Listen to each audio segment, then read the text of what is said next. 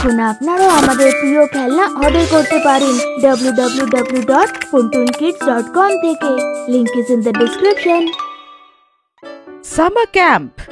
আজ যখন গাট্টু আর চিঙ্কি স্কুল থেকে বাড়ি এলো তখন ওদের চেহারায় আলাদাই চমক ছিল। মাও ওদের চকচকে চেহারাকে দেখলো আর ওদের জিজ্ঞেস করলো, আরে গাট্টু চিঙ্কি, আজ তো তোমরা দুজনে একটু বেশি খুশি মনে হচ্ছে। গাট্টু আর চিঙ্কি নিজেদের স্কুল ব্যাগ স্টাডি টেবিলে রাখলো আর খুব এক্সাইটেড হয়ে মাকে নিজেদের খুশির কারণ জানালো। মা, আজকে স্কুলে আমাদের ক্লাস টিচার অ্যানাউন্স করলো যে এই ফ্রাইডে আমাদেরকে সামার ক্যাম্পে নিয়ে যাবে। আর এই সামার ক্যাম্পটা লোনাভলাতে হবে। আরে বাহ, সামার ক্যাম্প! সেখানে তো খুব মজা হয় আর অনেক নতুন অ্যাক্টিভিটিসও হয়।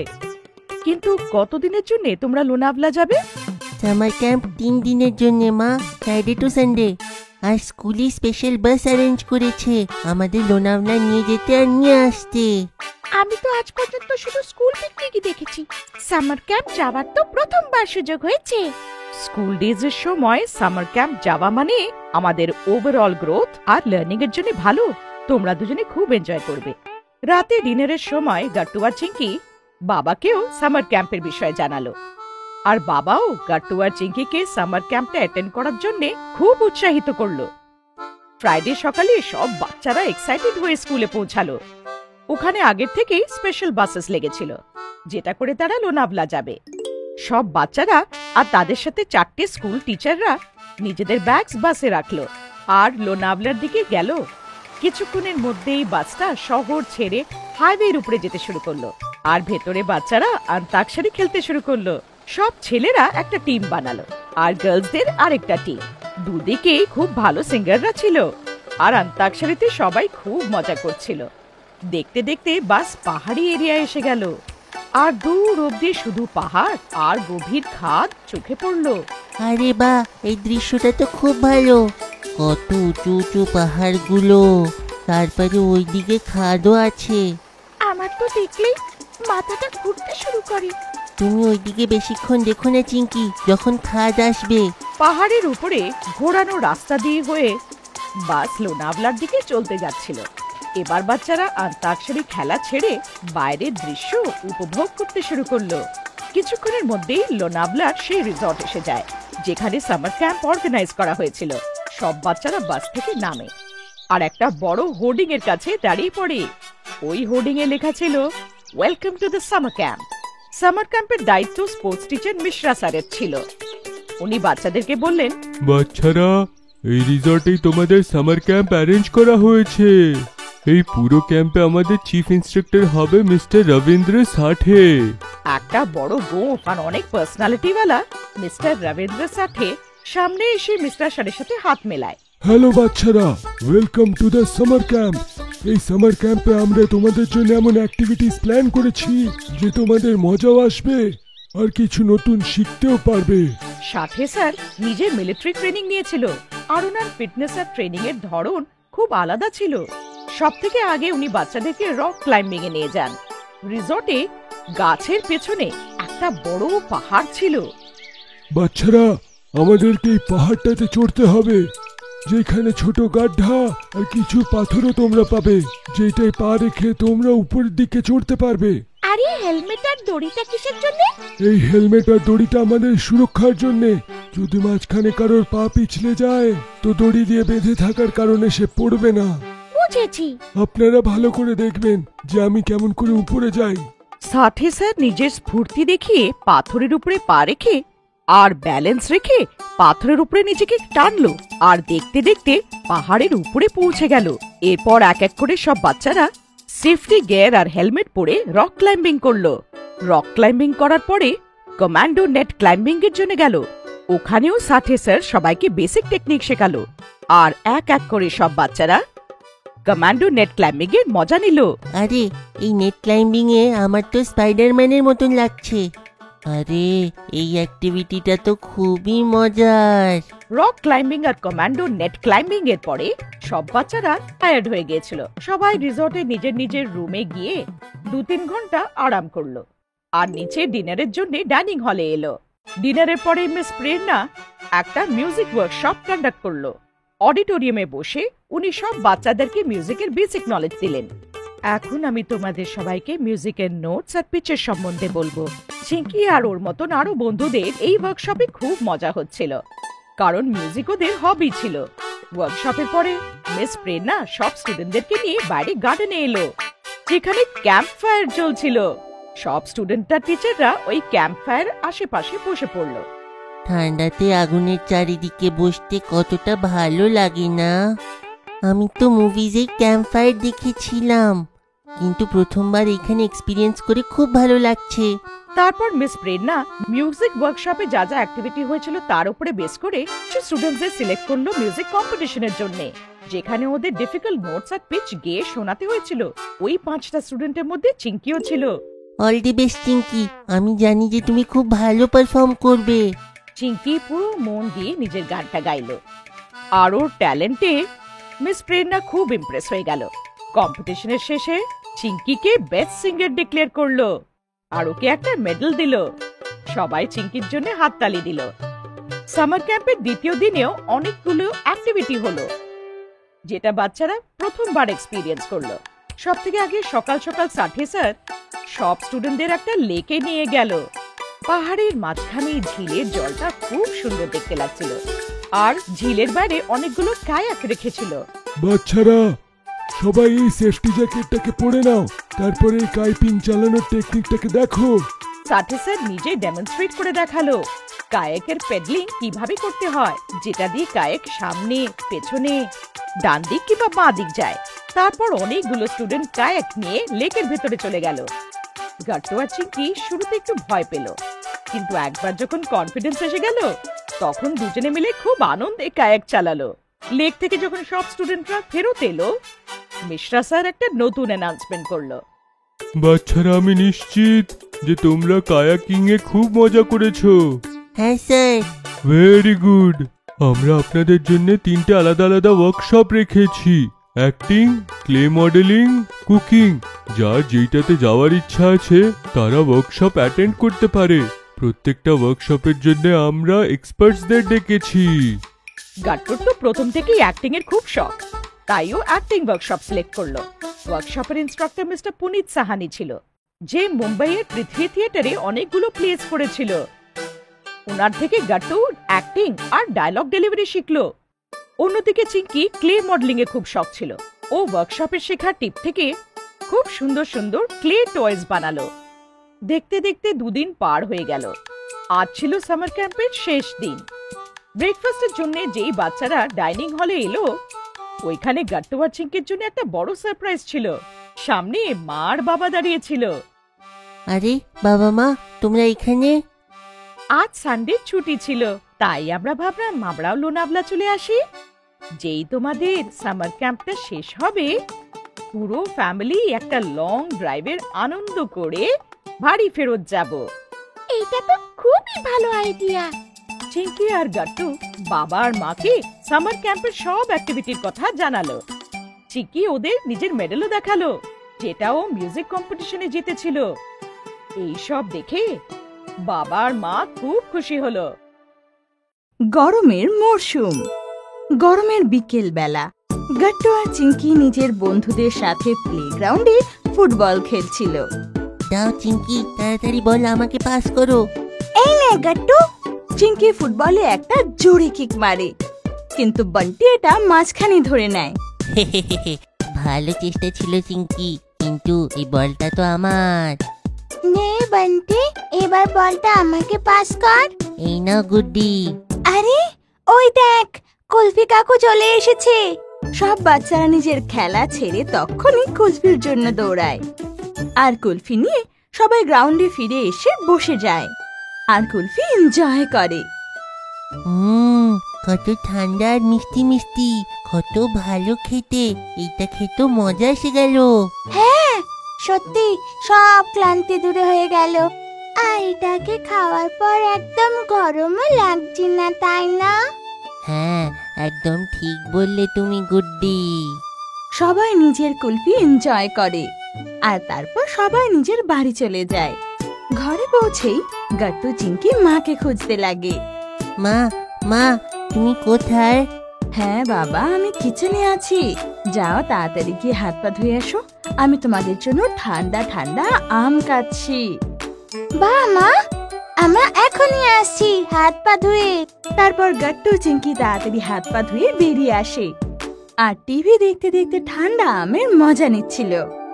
ঘরে কুলার চলছিল আর গাট্টু চিঙ্কি একবার একবার করে কুলারের সামনে বসছিল। বাহ, কত মিষ্টি আর রসালো আমগুলো। হ্যাঁ কাট্টু, একদম ঠিক বলেছিস তুই, এই আম দারুণ মিষ্টি। আচ্ছা চলো সরো চিঙ্কি, এখন কুলারের সামনে বসার সুযোগ আমার। আর 2 মিনিট শুধু বসতে দে না, তারপর সরে যাব। ওহো, তাড়াতাড়ি করো চিঙ্কি, আমিও কুলারের ঠান্ডা হাওয়া খাবো। আয় কাট্টু, এবার তোর সময়, আয় এসে বসে যা কুলারের সামনে। বাহ, কি মজা! এমন গরমকালে কুলারের ঠান্ডা ঠান্ডা হাওয়ার সামনে বসে আম খাওয়ার মজাটাই আলাদা। গাট্টু আর চিঙ্কি খিলখিলিয়ে হাসতে লাগে। সন্ধেবেলায় খুব গরম ছিল আর গাট্টু আর চিঙ্কির খুব গরমও লাগছিল। এই জন্য ওরা মাকে সুইমিং পুলে জল ভরার কথা বলে। মা, তুমি আমাদের সুইমিং পুলে জল ভরে দাও না। দেখো না কত গরম বাইরে, সুইমিং পুলে স্নান করলে আমাদের দুজনের খুব ভালো লাগবে। হ্যাঁ মা, প্লিজ সুইমিং পুলে তুমি জল ভরে দাও, আমি এই গরমটা আর সহ্য করতে পারছি না। হ্যাঁ হ্যাঁ বাবা, কেন নয়, এখনই সুইমিং পুল নিয়ে আসছি তোমাদের। মা তখনই গিয়ে ওদের জন্য সুইমিং পুল বানিয়ে দেয় আর গাট্টু চিঙ্কি নিজের সুইমিং ড্রেস পরে ওর মধ্যে লাফ দিয়ে দেয়। বাহ, কি দারুণ লাগছে, কত ঠান্ডা ঠান্ডা জল এই সুইমিং পুলে। আহা, এমন মনে হচ্ছে যেন সব গরম কোথাও উধাও হয়ে গেছে। গাট্টু সুইমিং পুলে মজা নিচ্ছিল, তখন চিঙ্কি নিজের ওয়াটার গান দিয়ে ওকে আক্রমণ করে। আরে চিঙ্কি, এ কি করলে তুমি? মজা এলো গাট্টু? দেখ, এটা হলো সুপার গান, যেটা তোর গায়ের গরম বের করে দেবে। খুব ভালো তোমার গান। এভাবে দুজনে অনেকক্ষণ ধরে সুইমিং পুলে মজা করে আর মাও 2 বাচ্চাকে এভাবে খেলতে দেখে খুব খুশি হয়। কিছুক্ষণ পর মা ওদের দুজনকে ডেকে পাঠায়। গাট্টু চিঙ্কি, অনেকক্ষণ হয়ে গেল জলে, এবার উঠে পড়ো, এতক্ষণ জলে থাকা ভালো নয়, এমনিও সূর্য নেমে গেছে, রাত হতে এলো। তো দুজনেই পুল থেকে বেরিয়ে আসে আর কাপড় চেঞ্জ করতে চলে যায়। কাপড় চেঞ্জ করে দুজনেই ব্যালকনিতে বসে নিজের বাবার আসার অপেক্ষা করতে লাগে। রাত হয়ে এসেছিল, আকাশ পুরো পরিষ্কার ছিল। গরমকালে আকাশ পরিষ্কার থাকে বলে তারা পরিষ্কার দেখা যায়, তাই গাট্টু চিঙ্কু সেই তারাই দেখছিল। তখনই বাবা এসে যায়। আরে বাচ্চারা, তোমরা কি আমার অপেক্ষা করছিলে? হ্যাঁ বাবা, আর কি? হ্যাঁ বাবা, তোমাকে অপেক্ষা করা হচ্ছিল। আচ্ছা আচ্ছা। তারপর গাট্টু দৌড়ে গিয়ে বাবার জন্য 1 গ্লাস জল নিয়ে আসে। এই নাও বাবা, জল খাও, তুমি ক্লান্ত হয়ে গিয়ে থাকবে। হ্যাঁ, ক্লান্ত তো হয়ে গেছি বাবা, বাইরে আজকে প্রচুর গরম। আচ্ছা বলো, তোমরা আজকে কি কি করলে? আজ আমরা কুলফি খেলাম আর গুড্ডি আর বান্টির সাথে ফুটবল খেললাম। হ্যাঁ, আমরা ঠান্ডা ঠান্ডা কুলফি আর মিষ্টি আম খেলাম। তারপর আমরা সুইমিং পুলে খেলি। আজকের দিনটা তো দারুণ ছিল বাবা। আরে বাহ, এটা তো খুবই ভালো কথা, মনে হচ্ছে তোমরা দুজনে খুব আনন্দ করেছো। সবাই এসে যাও, খাবার তৈরি হয়ে গিয়েছে। চলো বাচ্চারা, মা সবাইকে খেতে ডাকছে। তারপর পুরো পরিবার বসে একসাথে খাবার খায়। তখনই বাবার নজর চিঙ্কির ওপর যায়। ও নিজের প্লেট থেকে শসা টমেটো আলাদা আলাদা করে রাখছিল। চিঙ্কি মা, তুমি কি করছো? স্যালাড খাচ্ছ না কেন? বাবা, আমার এগুলো একদম ভালো লাগে না খেতে, আমি খাবো না এটা। চিঙ্কি, তুমি কি জানো গরমকালে শসা টমেটো জাতীয় জিনিস আমাদের শরীরের পক্ষে কত ভালো? গরমকালে আমাদের বডির থেকে খুব তাড়াতাড়ি জল চলে যায় আর আমাদের শরীরে জলের অভাব হতে পারে। তাই আমাদের এমন সবজি খাওয়া উচিত যার মধ্যে অনেক জল থাকবে।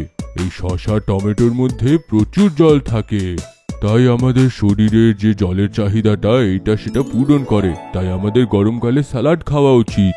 হ্যাঁ চিঙ্কি, বাবা একদম ঠিক বলছে। আচ্ছা মা, আচ্ছা বাবা, এখন থেকে আমি রোজ শসা আর টমেটো খাবো। তারপর চিঙ্কি ভালো করে সম্পূর্ণ খাবার খায়।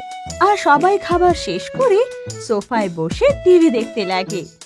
তারপর মা সবার জন্য ম্যাঙ্গো শেক বানিয়ে নিয়ে আসে। ওয়াও মা, ম্যাঙ্গো শেক দারুণ হবে। আরে বাহ, আজকে ডেজার্টে তো ম্যাঙ্গো শেক আছে। এটাকেই বলে তো আসল ডেজার্ট, তাই না? চলো আর কথা বলে সময় নষ্ট করো না, তাড়াতাড়ি খেয়ে নাও। বা মা, এটা কত টেস্টি হয়েছে, মজা এসে গেল। সত্যি গরমকালে আমের থেকে ভালো আর কিচ্ছু হয় না। হ্যাঁ বাচ্চারা, এই ম্যাঙ্গো শেক তো খুবই টেস্টি। মা, কালকেও আমাদেরকে ম্যাঙ্গো শেক বানিয়ে খাইও, আর তারপরের দিনও তারপরের দিনও আমাদেরকে খাইও। গাট্টুর কথা শুনে সবাই হাসতে লাগে, আর গাট্টু ওদের সাথে হাসতে লাগে। হ্যাঁ বাবা, কেন নয়, আমি রোজ তোদের জন্য এভাবে টেস্টি টেস্টি ম্যাঙ্গো শেক বানিয়ে খাওয়াবো, ঠিক আছে? Homemade pizza. গাট্টু আর চিঙ্কি স্কুল থেকে বাড়ি ফিরে আসে। দুজনে খুব খুশি হয়, কারণ আজ ওদের হাফ ইয়ারলি এক্সামের রেজাল্ট বেরিয়েছিল। মা মা, কোথায় তুমি? মা, আমাদের রেজাল্ট এসে গেছে। আরে আসছি বাবা, কত চিৎকার করছো। মা, তাড়াতাড়ি এসো না। আরে এসে গেলাম বাবা, স্কুল থেকে এসেই একদম হল্লা। মা, আমি ক্লাসে 3rd এসেছি। আর আমি ফার্স্ট। আরে বাহ, আমি তো এটা জানতাম। লাভ ইউ বাচ্চারা। লাভ ইউ টু মা। তুমি কি করে জানলে? আমি তোমাদের দুজনেরই মা, বুঝলে? এত মন লাগিয়ে পড়াশোনা করেছিলে তোমরা দুজনে, ভালো নম্বর তো আসতোই।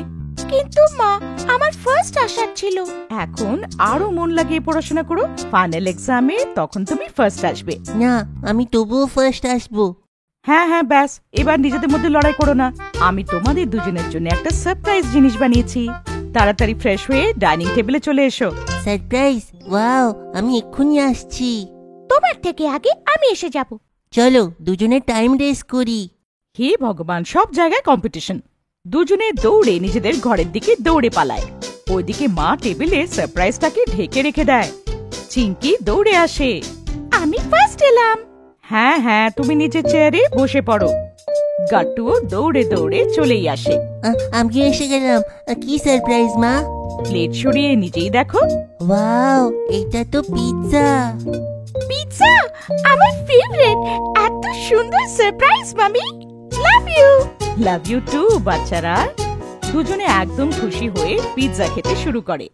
ওয়াও মা, এটা টেস্ট তো কত ভালো। এর মধ্যে তুমি কতগুলো ভেজিটেবলস ঢেলেছো। ওয়াও মা, বাজার থেকে আনলে তো একটাই টপিংস দেয়। তুমি কত টেস্টি পিৎজা বানিয়েছো। তোমাদের দুজনের ভালো লাগলো? হ্যাঁ মা, মজা এসে গেল। কিন্তু এটা তুমি কি করে বানালে? আমাকেও শেখাও, আমি তোমাকে পিৎজা বানিয়ে খাওয়াবো। তুমি এখন খুব ছোট। মা, আমাকেও বলো, আমি এখন গ্রোন আপ বয়। ঠিক আছে, শিখিয়ে দেবো, কিন্তু প্রমিস করো একলা তোমরা কোনোদিনও বানাবে না। আমার সামনে তোমরা যা বানাবার বানাবে। প্রমিস মা। তাহলে সব থেকে আগে যেসব টপিংস আর সবজি আমাদের পছন্দ, ওইসব এক জায়গায় করে নাও। যেমন চিঙ্কি, তোমার মাশরুম আর শিমলা মির্চ বেশি পছন্দ, তুমি সেটা নিয়ে নাও। গাট্টু, তুমি তো পেঁয়াজ আর টমেটো পছন্দ করো। সসেসও সব বাজারে পাওয়া যায়।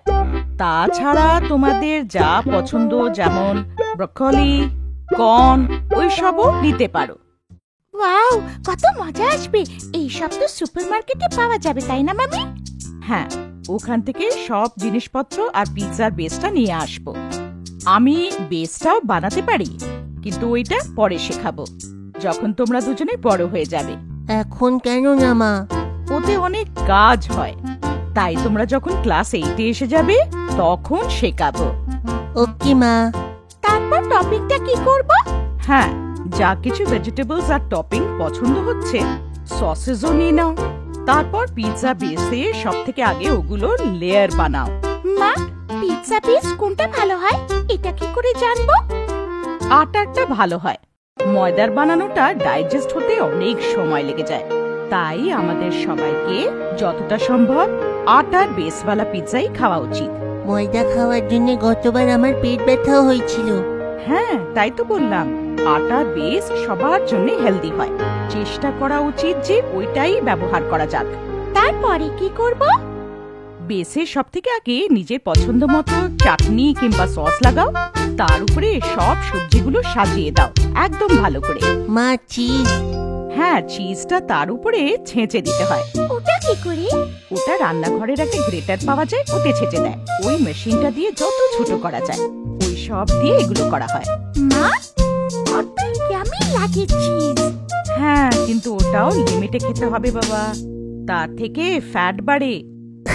চিংকি গোলু মোলু মোটা হয়ে যাবে, তাই না মা? তাই না? হ্যাঁ কিন্তু আমার তো চিজ টেস্টি লাগে। হ্যাঁ, খাও না বাবা, সব জিনিস নিজের মাত্রায় খাওয়া উচিত। এবার তোমরা তোমাদের পিৎজা শেষ করো। একটা পিৎজা আমি তোমাদের চোখের সামনে বানাবো, আমাকে ওটা বানানোর জন্য তোমরা হেল্প করো, শিখে যাবে। ওয়াও! দুজনেই তাড়াতাড়ি নিজেদের লাস্ট স্লাইস খেয়ে নেয়। চলো এবার রান্নাঘরে যাই আরো একটা ফ্রেশ পিৎজা বানানোর জন্য। তারপরে তিনজনে রান্নাঘরে এসে যায়। এই আমি নিলাম বেস সব থেকে আগে। এবার এটার উপরে কি করব বলো তোমরা দুজনে? আমি সস লাগাই মা। হ্যাঁ করো। চিংকি মেয়োনিজটা ঢালে আর চিলি সস লাগিয়ে দেয়। মা, আমি ব্রোকলি ডেকোরেট করে দিয়ে দে। টমেটো আর মাশরুম আমি লাগাবো গাট্টু। হ্যাঁ বাবা, দুজনে করে নিও একটা একটা করে। তারপরে দুজনে এক এক করে টমেটো, পেঁয়াজ, শিমলা মির্চ, মাশরুমে একটা একটা লেয়ার লাগিয়ে নেয়। কত সুন্দর দেখাচ্ছে পিৎজা। হ্যাঁ গাট্টু, মজা এসে গেল। আমি চিজ গ্রেট করে দিই। না বাবা, তোমরা ছোট, হাত কেটে যাবে। আমি চিজটা গ্রেট করে দিচ্ছি, তোমরা পিৎজার উপরে ঢেলে দিও। ওকে মামি। মা চিজটা কাদ্দুকাস করে দিয়ে দেয়, দুজনে মিলে পিৎজার উপরে ছড়িয়ে দেয়। এবার কি করতে হবে মামি? এবার এটাকে ওভেনে রাখবো। এটা তুমি কি পরছো মা? এইটা গ্লাভস। সব সময় মনে রেখো, ওভেনে প্লেট রাখার সময় আর বার করার সময় হাতে গ্লাভস পরা খুবই দরকার। না পড়লে কি হয়ে যাবে মা? আরে হাত পুড়ে যাবে বাবা। আর তোমাদের তো এখন ওভেন ইউজ করাই উচিত না। তোমরা আমাকে এখন দেখো, ওভেনে পিৎজাটা হতে শুরু করে আর দুজনে লাফাতে থাকে। চিংকি দেখো, প্লেটটা ভেতরে ঘুরছে। হ্যাঁ গাট্টু, আমি তো সুগন্ধও পাচ্ছি। ব্যাস আর 5টা মিনিট, তারপরে আমরা তিনজনে মিলে এটাকে খাবো। কিছুক্ষণের মধ্যে পিৎজা রেডি হয়ে যায় আর মা প্লেটে নিয়ে ওটা কাটার দিয়ে কাটতে শুরু করে। আচ্ছা, তাহলে স্লাইসটা এমন করে বানাই। হ্যাঁ মা, চলো এবার ডাইনিং টেবিলে। গাট্টু আর চিংকি নিজেদের চেয়ারে গিয়ে বসে পড়ে। মা দুজনের প্লেটে একটা একটা স্লাইস রেখে দেয়। ওয়াও, কি টেস্টি হয়েছে মামি। হ্যাঁ, মজা এসে গেল। চলো, আজকে তোমরা এত ভালো মার্কস এনেছো, এটা ওটার প্রাইজ। তোমরা দুজন শিখলেও যে বাড়িতে বানানো পিৎজা কত হেলদি আর কত টেস্টি হয়। হ্যাঁ মা, এখন যখনই পিৎজা খাবো বাড়িরই খাবো। আচ্ছা চলো এবার বাকি স্লাইসগুলো শেষ করো। দুজনে খুব স্বাদ নিয়ে পিৎজা খেয়ে যাচ্ছিল আর মা দুজনকে দেখে খুব খুশি হয়। নীলকণ্ঠ। গাট্টু আর চিংকি ঘরের বাইরে দাঁড়িয়ে বাসের অপেক্ষা করছিল। কিছুক্ষণের মধ্যেই বাস চলে আসে আর মা দুজনকেই বাসে তুলে দেয়। বাই বাই মা। বাই বাই সোনারা, আজ টিফিনে তোমাদের ফেভারিট স্যান্ডউইচ আছে, মনে করে শেষ করো। আর 2টো স্যান্ডউইচ এক্সট্রাও রাখা আছে। ওকে মা, আমরা খেয়ে নেব, বাই। আর যতক্ষণ না বাস চোখের সামনে থেকে চলে যায় মা দেখতেই থাকে। কিছুক্ষণ পর সবাই স্কুলে পৌঁছে যায় আর প্রার্থনার পর হেডমাস্টার একটা অ্যানাউন্সমেন্ট করে। গুড মর্নিং বাচ্চারা। Good morning sir. আশা করি নতুন বছরে সবাই নতুন রেজলিউশন নিশ্চয় করেছে আর আরো ভালো করে পড়াশোনা করছে। Yes sir. এই বছর আমরা ভেবেছি যে প্রত্যেক সপ্তাহে একটা স্পেশাল ক্লাস হবে, যেখানে দেশের সংস্কৃতি, ধর্ম আর ইতিহাসের ব্যাপারে বলা হবে। আমি আশা করি প্রত্যেক বাচ্চাই স্পেশাল ক্লাস থেকে নতুন জিনিস শিখবে। আপনারা সবাই এর জন্য প্রস্তুত? Yes sir. ঠিক আছে, বুধবারের লাস্ট পিরিয়ডটা এই ব্যাপারেই থাকবে। All the best. Thank you sir. সারাদিন স্কুলে বিভিন্ন বিষয়ের ক্লাস চলতে লাগে, কিন্তু সব বাচ্চাদের মন শেষ পিরিয়ডের দিকে ছিল। আর শেষমেশ শেষ পিরিয়ড এসেও যায়। আর বাচ্চারা কেমন? খুব ভালো স্যার। যেমন হেড স্যার বলেছিলেন, আজ থেকে আমরা নতুন সাবজেক্ট পড়ব, যেটাতে আমরা হারিয়ে যাওয়া সংস্কৃতির ব্যাপারে, ইতিহাস আর ধর্মের ব্যাপারে চর্চা করব।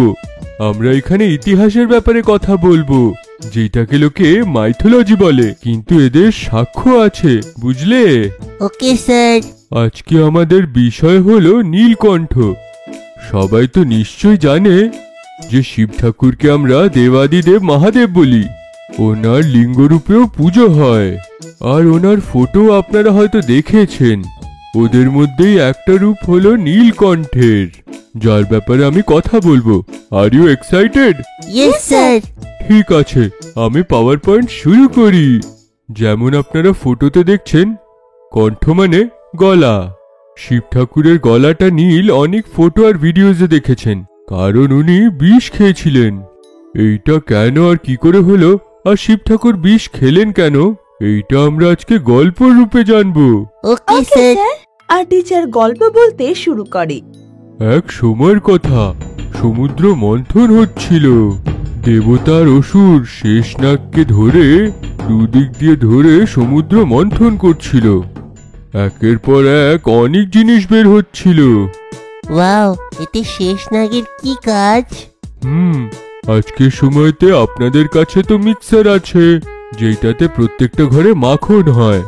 আগে আলাদা হতো, কাঠের ইয়েতে দড়ি লাগিয়ে দিয়ে বা কোনো জিনিসকে যদি ভালো করে মাখার থাকে মন্থন করা হতো। এটা কি জিনিস স্যার? মাখাটা একটা প্রক্রিয়া, যেমন কি গোল ঘুরিয়ে দইয়ের থেকে ক্রিম বা লোকে যেটাকে মাখন বলে সেইটা বের করা হয়। কৃষ্ণ ঠাকুর তো এই মাখনটাকেই খেতেন। সেইটা বানাতে খুবই কষ্ট হতো, তেমন ভাবেই সমুদ্রকেও মন্থন করা হচ্ছিল। যেখান থেকে লক্ষ্মী ঠাকুর বেরিয়েছে, ওনার দিওয়ালিতে আমরা পুজো করি। মানে লক্ষ্মী ঠাকুরের বার্থ তেমন হয়েছিল? হ্যাঁ, তাই তো লক্ষ্মী ঠাকুরকে পুজো করা হয় দিওয়ালিতে। যাই হোক, আমরা নীলকণ্ঠের গল্পটাকে শেষ করব। সমুদ্র মন্থনের সময় ওর থেকে অমৃত আর বিষ বেরোলো। এই মন্থনের থেকে অন্য যা জিনিস বের হলো সেইটা দেবতার অসুরে ভাগ করে নিল। অমৃত তো বের হলো না, আগে বিষ বের হলো। তো সবাই একে অপরকে চেয়েছিল, আরে এই বিষটাকে কে খাবে? যতক্ষণ কেউ বিষটাকে খাবে না, অমৃত বের হবে না। আরে কে তাড়াতাড়ি না খেলে এই তো পুরো জগতে ছড়িয়ে যাবে আর সবকিছু নষ্ট হয়ে যাবে। কার মধ্যে ক্ষমতা আছে যে বিষটাকে খেয়ে নেবে? চারিদিকে হাহাকার হয়ে গেল। কে দেবতা আর কে দানব? পৃথিবীতে মনুষ্য, জীবজন্তু এর প্রভাবে আসতে লাগলো। মনে হলো সবাই মরে যাবে। এই হাহাকারকে দেখে সব দেবতা আর দানবরা মিশে শিব ঠাকুরকে ডাকলো। হে মহাদেব, আপনি আসুন আর এই বিষটাকে পান করে এই জগৎটাকে বাঁচিয়ে নেন। হে দেবাদিদেব মহাদেব, আপনি নিজের চোখটাকে খুলে দেখুন, সবকিছু নষ্ট হয়ে যাবে। শিব ঠাকুর দেখলেন সব নষ্ট হয়ে যাচ্ছিল।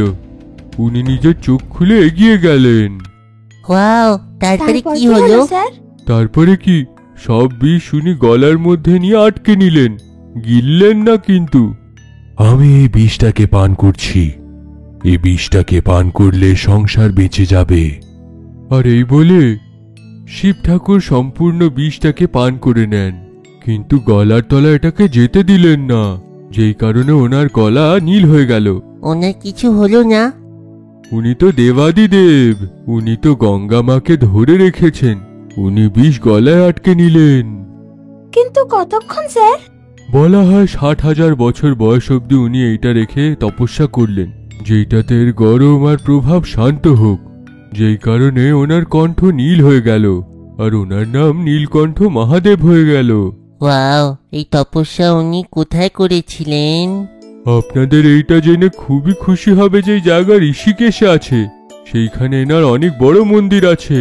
প্রত্যেক বছর শ্রাবণে ওইখানে অনেক বড় মেলা লাগে। অনেক লোকেরা কাঁওয়াড় নিয়েও যায়। কাবার মানে? কাঁওয়াড় মানে হলো ছোট হাঁড়ি, যেটাতে গঙ্গা জল ভরে কাঁধে টাঙিয়ে নিয়ে নীলকণ্ঠ মহাদেবকে সেই গঙ্গা জল চড়ানো হয়। এখনো?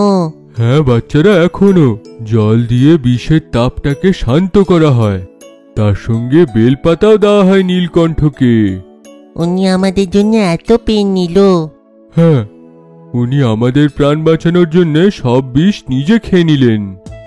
সব বাচ্চারা তালি বাজাতে লাগে। তো সব বাচ্চারা এটার ব্যাপারে বুঝলে তো? নীলকণ্ঠর মানে জানলে তো? ইয়েস স্যার, এখন থেকে আমিও শিবলিঙ্গতে জল দেব সব সময়। Very good. আজকের ক্লাসে শুধু আমরা এতটুকু শুনবো, পরের ক্লাসে আরো গল্প হবে। Society exhibition. গাট্টু আর চিঙ্কি সব সময়ের মতো নিজের ঘরেই বালিশ দিয়ে মারপিট করছিল। তখনই রান্নাঘর থেকে খুব সুন্দর একটা রান্নার গন্ধ আসে। চিঙ্কি জোরে দৌড়ে মার কাছে পৌঁছে যায়। কি বানাচ্ছ মা? কি সুন্দর গন্ধ আসছে, আমি দেখতে চাই। আরে ভালো করে হতে দাও, একটু ধৈর্য ধরো, তোমার জন্য হোয়াইট পাস্তা বানাচ্ছি। তখনই গাট্টুও দৌড়ে দৌড়ে চলে আসে। আরে চিঙ্কি, গেম মাঝখানে কেন থামালে? তোমার টার্নে তুমি এখানে এসছো। কত ভালো গন্ধ আসছে গাট্টু, আমি তো এখন মার থেকে পাস্তা বানানো শিখবো।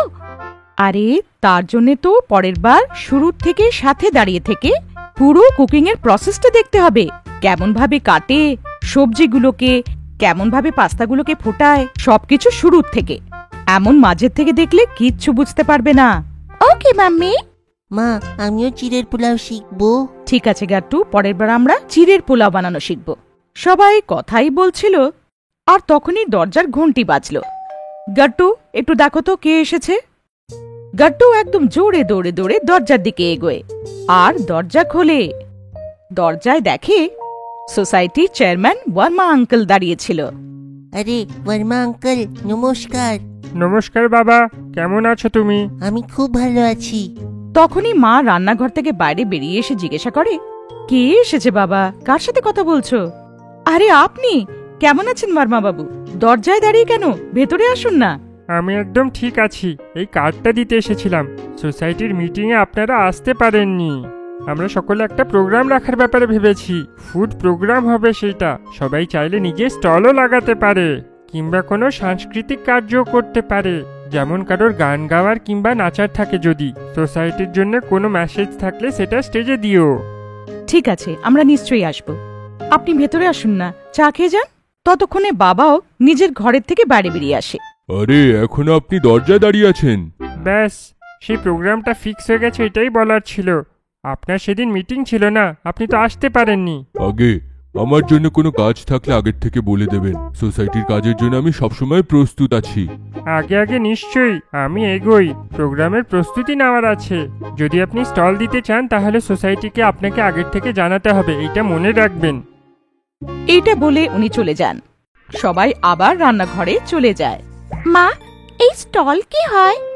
ওর মধ্যে আমরা কিছু খাবার দাবারের দোকান কিংবা অন্য কিছু জিনিসপত্র বিক্রি করা ছোট্ট দোকান লাগাতে পারি। তখনই বাবা, যে এতক্ষণ ধরে সবার কথাবার্তা চুপচাপ শুনছিল, উনি বলে, আরে পাস্তা স্টল লাগালে কেমন হয়ে যায়?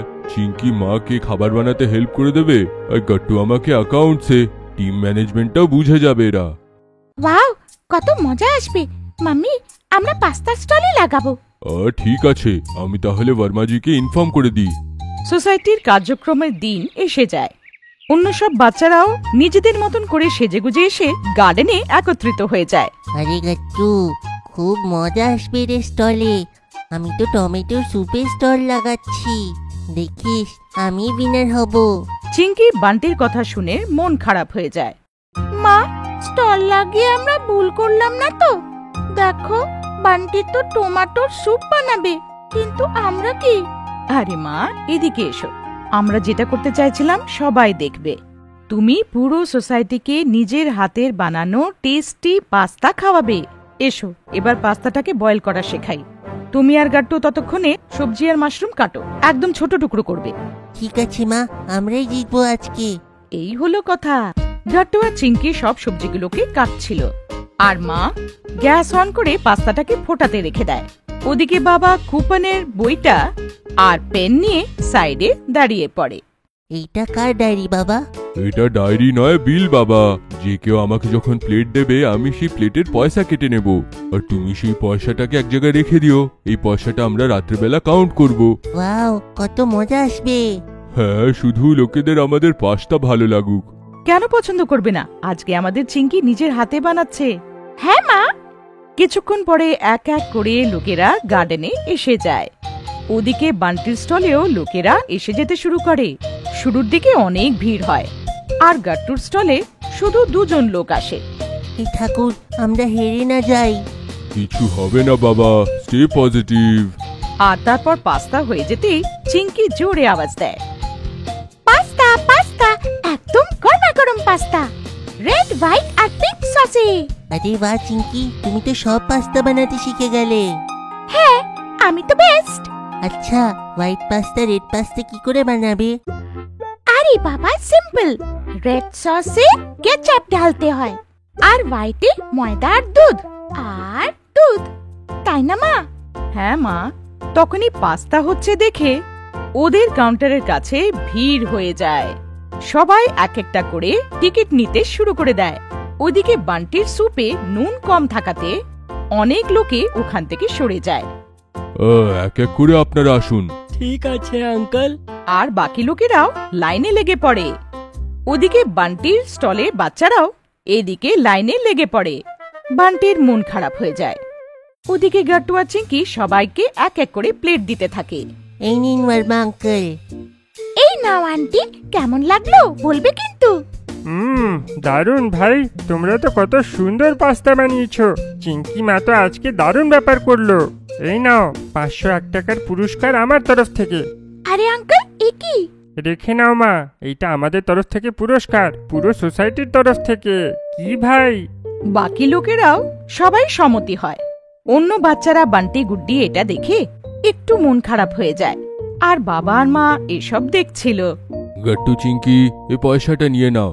এই পয়সা দিয়ে অন্য বাচ্চাদের জন্য পার্টি, এটা সবার। হ্যাঁ বাবা। আরে বান্টি, এইদিকে এসো। তুমি চিঙ্কির বানানো রেড সস পাস্তা খাও, তোমার খুব ভালো লাগে না? আর এইভাবে সব বাচ্চারা পাস্তা খেয়ে এরপরে নাচতে শুরু করে দেয়। রাত্রে বাবা ডাব্বা খোলে, যার মধ্যে অনেকগুলো টাকা ছিল। গাট্টু, তোমরা দুজন কাউন্ট করো আর বলো কত টাকা কামালে। 1, 2, পুরো 800 টাকা বাবা।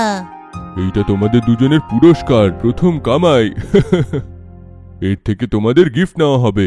আমার তো ফ্রকও এসে যাবে এখন। সবাই হাসতে শুরু করে দেয়। বাবা আর মা একজন আরেকজনকে দেখে হাসে। থ্যাংক ইউ আজকের প্রোগ্রামের জন্যে। গাট্টু, চিঙ্কি আর ফিশিং। গাট্টু আর চিঙ্কি প্রতিবারের মতো হলে বসে টিভি দেখছিল। বাবা ওদের পেছনে বসে নিউজ পেপার পড়ছিল, আর মা কিচেনে কাজ করছিল। তখনই দরজায় কেউ আওয়াজ দেয়, মাছ নিয়ে নাও, মাছ, একদম তাজা তাজা মাছ। মাছ আবার তাজা হবে কি করে? সেটা কি কোনো ফল? আরে বাবা, পুকুর থেকে তাজা ধরে নিয়ে এসছে আঙ্কেল। তোমরা সবাই কি কথা বলছো? যাও মাছ কিনে নাও। বাবা দরজা খোলে, আর গাট্টু আর চিঙ্কি বাবার পেছনে দাঁড়িয়ে পড়ে। ওয়াও, ওর ঝুড়িতে এতগুলো মাছ আছে। আরে দেখো না চিঙ্কি, এত কালারের আলাদা আলাদা ফিশ কি করে ধরেছে আঙ্কেল? বাবা, উনি ফিশারম্যান, গ্রাম থেকে ফিশিং করেছেন, ওনার কাছে সব আছে। দেখো, এদেরকে ধরে কি করে, আর এদের সামনে রাখে কি করে? আলাদা আলাদা ধরন হয় বাবা। জানো, আমার ইচ্ছে হচ্ছে এখন ফিশ ভেজে খেয়ে নি।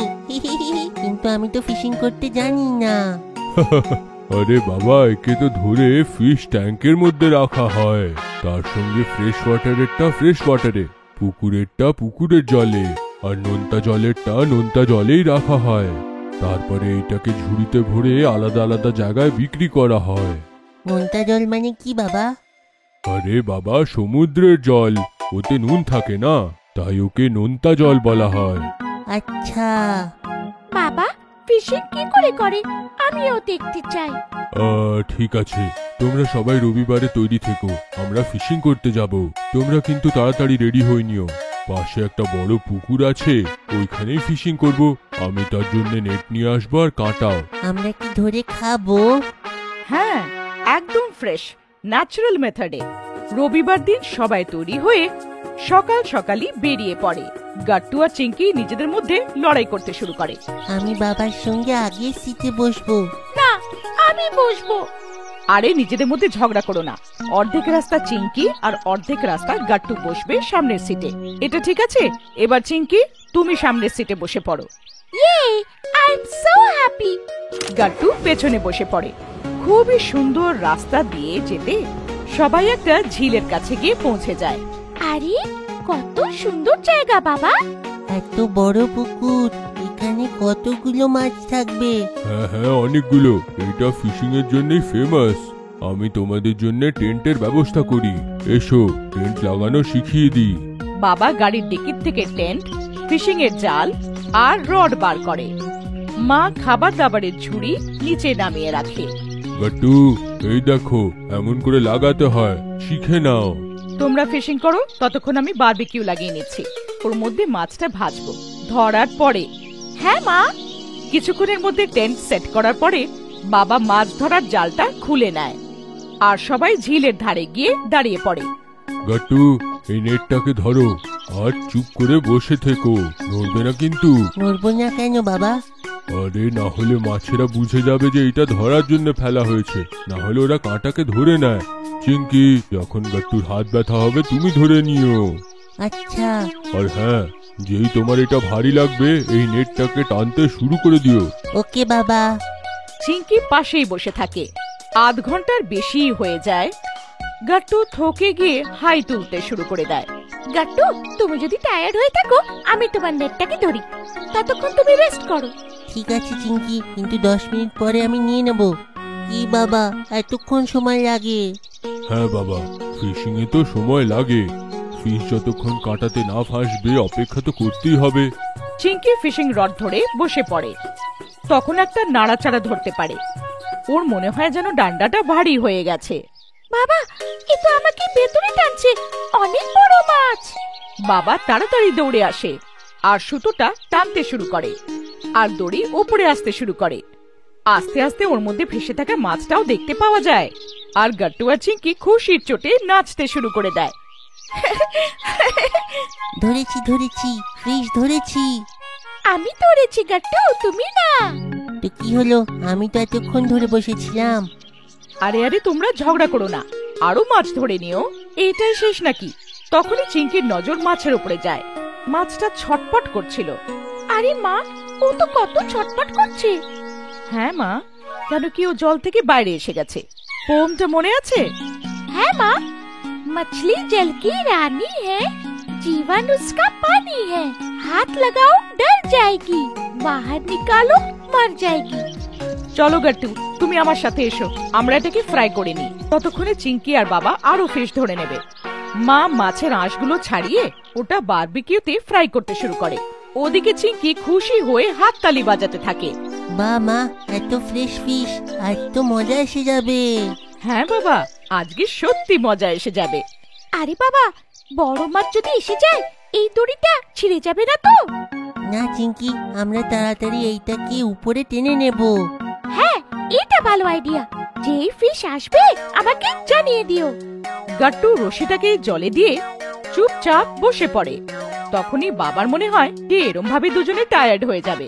আরে গাট্টু, আমাকে দাও, আমি করছি, তুমি হাঁপিয়ে যাবে। না বাবা, আমাদের দুজনকে ফিশিং করতে দাও। তখনই হঠাৎ করে একটু নাড়াচাড়া হয়। মনে হয় ফিশ এসেছে, নেট ভারী হয়ে গেছে। Help help Chinki. চিঙ্কি দৌড়ে এসে গাট্টুর হাত ধরে নেয়। বাবা মনে মনে দুজনের টিম ওয়ার্ক দেখে খুবই খুশি হতে থাকে। দুজনে তাড়াতাড়ি রশিটাকে টানতে শুরু করে আর দেখে যে একটা বড় মাছ ফেসে গেছে। এবার ওয়াও, আমি কত বড় মাছ ধরেছি, এবার তো সত্যি মজা এসে যাবে। গাট্টু, মা দেখো কত বড় মাছ। মাও দৌড়ে দৌড়ে দেখতে চলে আসে। আরে এই মাছটা তো সত্যি বড়। এটা আমাদের দুজনের জন্য যথেষ্ট। এবার তোমরা দুজনে এসে পেঁয়াজ আর রসুনের পেস্ট বানিয়ে নাও। কিছুক্ষণের মধ্যে সবাই মিলে ফিশটাকে বানিয়ে ফেলে আর খেতে শুরু করে। বাবা বলে, ওয়াও, আজ অব্দি এত মজা তো কোনোদিনই আসেনি। এত ফ্রেশ, এত সুস্বাদু। থ্যাংক ইউ বাচ্চারা, তোমাদের জন্য আমরা এতদিন পরে এখানে আসলাম। থ্যাংক ইউ বাবা, কত মজা এসে গেল ফিশিং করতে। আর দুজন বাচ্চা দৌড়ে এসে বাবাকে জড়িয়ে ধরে। Desert safari. গাট্টু আর চিঙ্কি সন্ধেবেলার স্ন্যাক্স খাচ্ছিল। তখনই বাবা অফিস থেকে বাড়ি ফেরে। দুজনে দৌড়ে এসে বাবার গলায় লেগে যায়। বাবা। বাচ্চারা, আমি তোমাদের জন্য একটা সারপ্রাইজ নিয়ে এসেছি। কি বাবা, তাড়াতাড়ি বলো। এই নাও, এটা কি বাবা? এটা ইন্টারন্যাশনাল ক্যামেল ফেস্টিভ্যালের ফ্যামিলি পাসেস। এখন তৈরি হয়ে নাও, আমরা সবাই থারে ঘুরতে যাব। দুজন বাচ্চা পাসগুলো দেখে খুব খুশি হয়ে যায়। ওয়াও, আমরা ডেজার্টে ঘুরতে যাব। উটের উপরে বসবো না বাবা? হ্যাঁ এটা কোন শহরে হবে? বাবা, এটা বিকানেরে হবে। বিকানের ডেজার্টের খাবার দাবার আর পোশাকের জন্য খুবই বিখ্যাত। তার সঙ্গে সেইখানে ইন্টারন্যাশনাল ক্যামেল ফেস্টিভ্যাল হয়। সেইখানে উটেদের সবথেকে বড় সংস্থা। সত্যি? হ্যাঁ হ্যাঁ, আর সবথেকে খুশির ব্যাপার এইটা যে শর্মা আঙ্কেল আমাকে সেই ফেস্টিভ্যালেরই পাস দিয়েছে উইন্টার ভ্যাকেশনের জন্য। ডেজার্ট কেমন দেখতে হবে? খুব মাটি হবে, আমি তো শুধু ইউটিউবে দেখেছি। আমাদের পৃথিবী আলাদা আলাদা রূপে দেখা যায়, আলাদা আলাদা জায়গায়। যেমন আমরা সবাই হোমো সাপিয়েন্স, কিন্তু আমাদের নাম আর চেহারা আলাদা আলাদা হয় ততক্ষণ না কেউ যমজ হচ্ছে। ঠিক তেমন ভাবে পৃথিবীরও আলাদা আলাদা আকার, রং আর রূপ হয়। ওয়াও মা, আমি খুবই এক্সাইটেড। আমরা ডেজার্টে ঘুরতে যাব, ক্যামেল দেখব। হ্যাঁ হ্যাঁ, আমরা বিকানের, জয়সলমের আর যোধপুর ঘুরতে যাব। প্রস্তুতি করে নাও আর ইউটিউবে এর ব্যাপারে একটুখানি জেনে নাও। আর কোথায় কোথায় ঘুরতে হবে তার একটা লিস্ট বানিয়ে নিও, ঠিক আছে? স্কুলের ছুটি হয়ে যায় আর গাট্টু আর চিঙ্কিও বাড়ি এসে যায়। মা সবার জন্যে খাবার বেড়ে দেয়। গাট্টু সমানে ইউটিউবে থার রেগিস্তানের ভিডিও দেখে। গাট্টু, আগে খাবার খাও, ফোন সাইডে রাখো। মা, বাবা তো আমাদেরকে ডেজার্টের ভিডিও দেখতে বলেছে, আমরা দেখিনি না, তাই জন্যে আমরা যাচ্ছি না। তখনই বাবা, যে দূরে দাঁড়িয়ে ওদের কথা শুনছিল, হাসতে শুরু করে।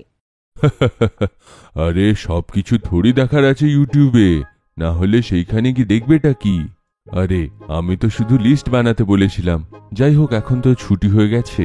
আমরা পরশুদিন ডেজার্টে যাব। সেইখানে ডেজার্ট সাফারি, ক্যামেল সাফারি সব করা হবে। কিন্তু আমরা কোন কোন শহর দেখব? আমি তো ছোটবেলায় একবার মা বাবার সাথেই গেছিলাম। তুমি দিদার সাথে বেড়াতে গেছিলে? হ্যাঁ মা, যখন আমি তোমার মতন ছোট্ট ছিলাম। দেখো, ভারতে ডেজার্ট শুধু বিকানের, জয়সলমের, যোধপুর আর বাড়মেরে আছে। সেখানে পাকিস্তান বর্ডারটাও লাগা। আমি তোমাদের বর্ডারও দেখাবো আর ডেজার্ট শহরগুলো, আর তোমার মায়ের সব স্মৃতিগুলো আবার ফিরে আসবে। ওয়াও বাবা, আমি ক্যামেলের সাথে খেলবো বাবা। নিশ্চয়ই খেলো বাবা। আর কিছুদিন পরে সবাই ফ্লাইটে রাজস্থানের জন্য বেরিয়ে পড়ে। যোধপুরে যাওয়ার পর বাবা একটা ক্যাব করে, যেটাতে করে সবাই জয়সলমেরের জন্য বেরিয়ে পড়ে। ডেজার্ট পৌঁছেই গাট্টু চিঙ্কি একদম চমকে যায়। এতগুলো মাটি বাবা, আরে এ তো মাটির পাহাড় লাগছে। হ্যাঁ হ্যাঁ বাবা, এগুলো তো মাটির পাহাড়, কিন্তু এই পাহাড়ের সুন্দরতাটা এটাই যে হাওয়ার সঙ্গে এটা উড়ে যায় আর নিজের জায়গাও পাল্টাতে থাকে। বাবারে বাবা, ওরা পাহাড়! এখানে তো জলই নেই বাবা, এখানে লোকে চান করে কি করে? গাছপালাও তো দেখা যাচ্ছে না। বাবা, এখানে কানাল আনা হয়েছিল। বিকানেরের মহারাজ গঙ্গা সিং এনেছিলেন, যেইটা জয়সলমের অবধি যায়। কানাল কি বাবা? নদীর থেকে জল কেটে জায়গা অবধি নিয়ে আসা হয়। যেইখানে জল নেই, এইখানে আগে একদম জল ছিল না, কিন্তু এখন সবার বাড়িতে দরকার মতন জল এসে যায়। আর হ্যাঁ বাচ্চারা, এখানে তোমরা ক্যাকটাস পাবে। ছোট ছোট শুকনো ঝাড়ি আর ছোট্ট গাছপালা পাওয়া যাবে, যেগুলোর বড় হওয়ার জন্য খুব কম জল দরকার হয়। হ্যাঁ, প্রকৃতি নিজের হিসেবে কত সুন্দর কাজ করে। জলের কম দরকার হলেও এই গাছ ভালো করে বেঁচে থাকে। চলো, এখন আমরা সাম ডেজার্টে যাব। সবাই জয়সলমেরের বালির জগতে পৌঁছে যায়। দূর দূর অব্দি শুধু রেগিস্তানই দেখা যাচ্ছিল। ওখানকার লোকেরা নাচ গান করছিল, আর কিছু লোকেরা ঘুরতে আসা লোকেদেরকে উটে করে বেড়াতে নিয়ে যাচ্ছিল। বাবা, আমিও উটের উপরে বসবো। হ্যাঁ বাবা, তারপরে ওইখানে ডান্স করার আছে সেই আন্টির সঙ্গে।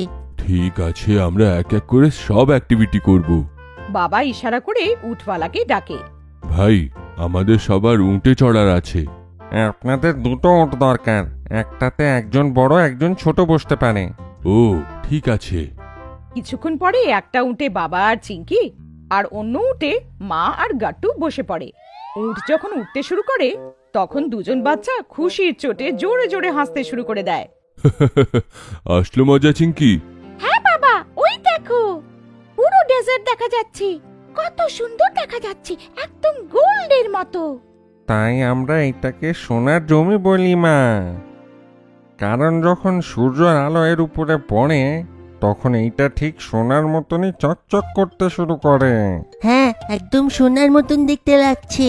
আধ ঘন্টা ঘোরার পরে সবাই নিচে নেমে যায়, আর গাট্টু চিংকি সাথে সাথে অন্যদিকে দৌড়ে যায়। বাবা মাও ওদের দিকে দৌড়ে যায়। আরে বাবা, আস্তে দৌড়াও। ওখানকার লোকেরা জোরে জোরে নাচ গান করছিল, ওরা বিনও বাজাচ্ছিল। এটা কি মা? এরা সাপুড়ে, বিন বাজিয়ে সাপেদের ধরে। এদের গান বাজনা বিশ্ব প্রসিদ্ধ হয়ে গেছে। চিংকি খুশির চোটে জোরে জোরে নাচতে শুরু করে দেয়। ওর সাথে গাট্টুও নিজেকে থামাতে পারে না, ও নাচতে শুরু করে দেয়। তখনই ওখানকার মেয়ে বাবার হাত ধরে টানতে শুরু করে, ওদেরকেও নাচাতে শুরু করে। সবাই খুব আনন্দে রেগিস্তানের আনন্দ নিতে শুরু করে। নাচতে নাচতে মা বলে, ভুলো না, আমাদের বাচ্চাদেরকে বর্ডার দেখাতে নিয়ে যেতে হবে। হ্যাঁ হ্যাঁ, মনে আছে আমার। এক্ষুনি বের হওয়া হবে, ক্যাব ডেকে নিচ্ছি, দাঁড়াও। কিছুক্ষণ পরে ক্যাবে বসে সবাই জয়সলমেরের ভারত আর পাকিস্তানের বর্ডার দেখতে যায়। বাবা, এখানে তো শুধু মাটি দেখতে পাচ্ছি, আর তো কিছুই নেই। বাবা, থার মরুভূমি বিশ্বের অনেকগুলো বড় মরুভূমির মধ্যে আসে। স্বাধীনতার আগে এখানে রাজপুতরা থাকতো, ওনাদের মহলগুলো খুবই প্রসিদ্ধ, ঠিক মাটির মতন। বাবা, কিন্তু কত সুন্দর জায়গা এটা, পাহাড় থেকে একদম আলাদা। প্রত্যেক জায়গার একটা বিশেষত্ব থাকে বাবা। যেমন মুম্বাইতে সমুদ্র, লোকে সেইখানে সমুদ্র দেখতে যায়। সাহেব, বর্ডার এসে গেছে। এখান থেকে আগে যেতে গেলে বিএসএফ এর পারমিশন দরকার হয়। বাবা বাইরে এসে স্টেশনে বর্ডার দেখার জন্য পারমিশন নিতে যায়। গাট্টু চিংকি, এরা আমাদের সব ফৌজি ভাইরা। এই ডেজার্টে থেকে এরা আমাদের দেশের রক্ষা করে। সবাইকে জয় হিন্দ বলো। ওকে মা। গাট্টু আর চিংকি সব সিপাহীদের স্যালুট করে, জয় হিন্দ বলে, আর দূর থেকে রেগিস্তানের বর্ডারকে দেখে। আমরা আগে যেতে পারবো নাকি বাবা? না বাবা, এটাকে লাইন অফ কন্ট্রোল বলে। এখানে আমাদের দেশের সীমা শেষ। কত সুন্দর আমাদের দেশ, তাই না মা?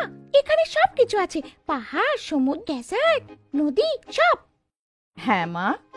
বাচ্চারা আবার থেকে বালির উপরে লাম্ফজম্ফ করে। মা আর বাবা একে অপরকে দেখে মিচকি হেসে ফেলে।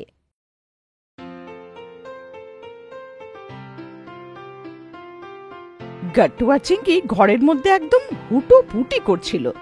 দুজনের সোফার কাছাকাছি ধরাধরি খেলা খেলছিল। গাট্টু একটু ফাস্ট দৌড়ায়, তাই চিংকি ওকে ধরতেই পারছিল না। যতই তাড়াতাড়ি দৌড়াও গাট্টু, আমি তোমাকে ধরেই নেব। যাবিটা কোথায়? ধরতে পারবে না, তোমার পা আমার থেকে ছোট, আর তোমার স্পিডও ভালো নেই। চিংকিও মুখটা ভেঙিয়ে ফেরত জবাব দেয়, আমি ধরে নেব তোকে, আমি আস্তে দৌড়াই তাতে কি? বাবা ওদেরকে কাছে বসেই দেখছিল, আর ওদিকে মা রান্নাঘরে দাঁড়িয়ে এসব দেখতে দেখতে বলছিল, আরে আস্তে দৌড়াও তোমরা দুজনে, ব্যথা লেগে গেলে মুশকিল হবে। তোমাদের বাবা তোমাদেরকে মাথায় চড়িয়ে রেখেছে, আমার তো কথাই শোনে না। আরে বাবা, তুমি আমাকে আবার মাঝখানে আনছো কেন? বাচ্চা তো, এখনই তো খেলবে এরা। স্কুলের হোমওয়ার্কটাও করে নিয়েছে, এতটুকু তো খেলা করবেই।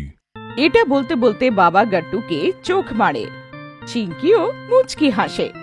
I love you papa. I love you too মা। তোমরা সবাই খেলতে থাকো। মা বকবি। আমি আছি তো। দুজনে আবার সোফার আশেপাশে আবার হল্লা করে। তখনই দরজার ঘন্টি বাজে। গাট্টু চিংকি, দেখো দরজায় কে এসেছে। হ্যাঁ দেখো তো, আগে দরজাটা খোলো। এখন আবার কে আসলো? গাট্টু দৌড়ে গিয়ে দরজা খোলে, দেখে যে সামনের বাড়ির দিদা মায়ের সাথে দেখা করতে এসছে, সাথে বান্টির দিদাও আছে। ওনাদের দেখে গাট্টু জোরে বলে, হ্যালো দিদা। কে এসেছে বাবা? বান্টির দিদা এসেছে। মা এটা দেখে রেগে যায় আর বলে, আরে ওরা তোমার বন্ধু নাকি? ঠাকুমা, পা ছুঁয়ে প্রণাম করতে হয়, হ্যালো দাদি আবার কি? চিংকি, তুমিও ঠাম্মার পা ছো। গাট্টু আর চিংকি দুজনেই ঠাকুমার পা ছোঁয়ে। প্রণাম দিদা। আরে খুশি থাকো তোমরা দুজনে, অনেক পড়াশোনা করো, ভালো করো। বাড়িতে অতিথিরা এলে ভেতরে ডাকতে হয় বেটা। আরে বৌমা, এদেরকে কেন বকছো? এরা দুজনেই ছোট, আস্তে আস্তে বুঝে যাবে। সে কথা নয় মাসিমা, ম্যানার্স তো এখন থেকেই শেখাতে হবে। হ্যাঁ হ্যাঁ, সে কথা ঠিক। আমার আশীর্বাদ তো সব সময় দুজনের সাথে আছে। যেমন আমার বান্টি, তেমনই এরা দুজনে। খুশি থাকো সব সময়। তোমার কথাটা তো ঠিকই, বাচ্চাদের ম্যানার্স এখন থেকেই শেখাতে হয়। যাই হোক, আমি তোমাদেরকে সব নেমন্তন্ন করতে এসেছিলাম। পরশুদিন আমাদের বাড়িতে সত্যনারায়ণের কথা। সবাই নিশ্চয়ই এসছো। এবার যাই। ঠিক আছে, দাঁড়ান, বসুন না, আমি চা নিয়ে আসছি। আরে না, অন্য সব বাড়িতেও যেতে হবে, আবার খালি সময়ে আসবো। এইটা বলে উনি চলে যান। মা বাচ্চাদেরকে নিজের কাছে ডাকে। বাচ্চারা, সব সময় বড়দের সম্মান করা উচিত, বুঝেছো? যদি বান্টি আসে তাহলে ওকেও এরকম সম্মান করতে হবে। ও তো তোমাদের বন্ধু, ক্লাসমেট। তোমাদের আর ওর একই বয়স, কিন্তু ওকেও তোমাদের হ্যালো হাই করা উচিত। সকালে দেখা হলে গুড মর্নিং, বিকেলে দেখা হলে গুড ইভিনিং। আচ্ছা, তো সকালে উঠে কি বাবাকেও আমাকে হাই বলতে হবে? হ্যাঁ বাচ্চারা, এগুলোকে গুড ম্যানার্স বলে। তোমরা তো আমার ভালো শোনা না, আমার ভালো বাচ্চা, তাই সবসময় গুড ম্যানার্স ফলো করবে। স্কুলেও টিচারদের সঙ্গে দেখা হলে ওদেরকে গ্রিট করবে, বাকি বাচ্চাদের হ্যান্ডশেক। মা, এই গুড্ডি তো আমার সঙ্গে আর্ধেক সময় লড়াই করে, আমি ওকে হাই করব না। এমন বলে না চিঙ্কি, ও তো তোমার বেস্ট ফ্রেন্ড। দেখো, যখন কেউ ক্লোজ হয় তখন ওকে সরি কিংবা থ্যাংক ইউ বলতে ইতস্তত হতে নেই। কি ভাবি মা? আচ্ছা মা, স্কুলে হেড ম্যাডামেরও পা ছুতে হবে? এতক্ষণ বাবা যে চুপচাপ শুনছিল, হেসে এখন বলে, ওনাদেরকে তুমি গুড মর্নিং কিংবা গুড আফটারনুন সময়তে বলো, ওরা স্কুলে আছে। ঠিক আছে পাপা। পরের দিন সবাই স্কুল যায় আর বাবা মার বলার মতন সবাইকে গ্রিট করে। হ্যালো গুড্ডি, আমি সরি, আমি তোমার সাথে লড়াই করেছিলাম। তুমি সরি বললে চিঙ্কি? হ্যাঁ, মা বলেছে কেউ সরি বললে কেউ ছোট হয় না। তুমি তো আমার বেস্ট ফ্রেন্ড, তুমি রেগে গেলে তাহলে আমার ভালো লাগে না। কিন্তু চিঙ্কি, ভুল তো আমার ছিল, সরি তো আমার বলতে হতো। এইটা বলতে বলতে ও থেমে যায়। আই এম সরি চিঙ্কি, আজ থেকে তুমি সব সময় আমার বেস্ট ফ্রেন্ড। আমি কখনো তোমার সাথে লড়াই করব না। দুজনে একে অপরকে জড়িয়ে ধরে। তখনই ক্লাসে টিচার আসে। Good morning miss. Good morning বাচ্চারা, আজকে আমরা ম্যানার্সের ক্লাস করব। তোমরা সবাই কে কে জানো ম্যানার্সের কথা? কে জানাবে? তখনই চিঙ্কি হাত উঁচু করে।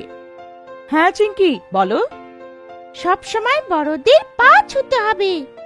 ওরা যখন বাড়ি আসে তখন তাদেরকে জল, চা খাবারও জিজ্ঞেস করতে হবে। যদি বন্ধু হয় তাহলে সবাইকে হ্যালো হাই আর জড়িয়ে ধরতে হয়। আরে বাহ, কত ভালো সংস্কার! দেখলে বাচ্চারা, শুনলে সবাই চিঙ্কি কি বলল? ক্লাসের সব বাচ্চারা এক আওয়াজে বলে ইয়েস মিস। আর হ্যাঁ, সকালে কারোর সাথে দেখা হলে গুড মর্নিং, দুপুরের 12টা অবধি। তার পরের সময়ে সকলকে তোমরা গুড আফটারনুন বলতে পারো, কারণ তখন আফটারনুনের টাইম হয়ে যায়। ম্যাডাম, সবাইকে ইভিনিং কোন সময় বলবো? এমনিতে তো বিকেলেই বলা হয়, যখন সূর্য নেমে যাচ্ছে, কারণ তারপরে তো রাত হয়ে যায়। আর হ্যাঁ বাচ্চারা, রাত্রেবেলা সব থেকে শেষের গ্রিটিং গুড নাইট বলা হয়। আমি আমার মা বাবাকে গুড নাইট বলেই শুই মিস। Very good Chinki. আর বাকি বাচ্চারা? আমরাও মিস। বাহ, কত ভালো আর সিনসিয়ার ক্লাস আমার। I am so proud of you. Gattu আর চিঙ্কি বাড়ি আসে আর তৈরি হয়ে বান্টির বাড়ি যায়। গাট্টু দৌড়ে গিয়ে ঠাকুমার পা ছুঁয়ে, দিদা প্রণাম। ও বাবা, খুব ভালো থাকো, খুব ভালো পড়াশোনা করো, উন্নতি করো। মা গাট্টু আর চিঙ্কিকে দেখে মনে মনে খুব খুশি হচ্ছিল। তখনই বাবা এসে বলে, থ্যাংক ইউ, তুমি দুই বাচ্চাকে কত ভালো সংস্কার দিয়েছো। বৃক্ষরোপণ, পরিবেশ বিষয়ে গাট্টু আর চিঙ্কি খুব সচেতন হয়ে গেছে। তাই আজ গাট্টু আর চিঙ্কির বলাতে সোসাইটিতে বৃক্ষরোপণের কার্যক্রম আয়োজন করা হয়েছে। এতে সোসাইটির সব বাচ্চারা একটা একটা করে গাছ লাগাচ্ছে। মা বাবা, আমরা আমের গাছ লাগাবো। মা, আমরা পেয়ারা গাছও লাগাবো। হ্যাঁ হ্যাঁ গাট্টু চিঙ্কি, আমরা আম গাছও লাগাবো আর পেয়ারা গাছও লাগাবো, ঠিক আছে? তখনই ওইখানে বান্টি আসলো। গাট্টু, আমি তো ফুলের গাছ লাগাবো, আমার ফুল খুবই পছন্দ। গুড আইডিয়া বান্টি, সোসাইটি কি সুন্দর দেখাবে। আমিও ফুল গাছ লাগাবো বলে ভেবেছি। তারপর আর কি, গাট্টু আর চিঙ্কি আম গাছ লাগানোর জন্য ছোট্ট একটা গর্ত খুঁড়লো আর তার মধ্যে একটা আম গাছ লাগালো। চিঙ্কি তার উপরে মাটি ঢাললো আর গাট্টু জল দিল। এইভাবে আম গাছের বীজ লাগানো হলো। দেখো, আমার আমের গাছ তো লেগে গেল। এখন এটা বড় হলে আমরা মিষ্টি মিষ্টি ফল খাবো। গট্টু বাবা, গাছে ফল আসতে অনেক সময় লাগে। এত তাড়াতাড়ি থোড়ি ফল আসবে, তার জন্য অপেক্ষা করতে হয়। চলো না, এখন আমরা আমার পেয়ারা গাছ লাগাবো। আমি আমার গাছটা কোথায় লাগাই?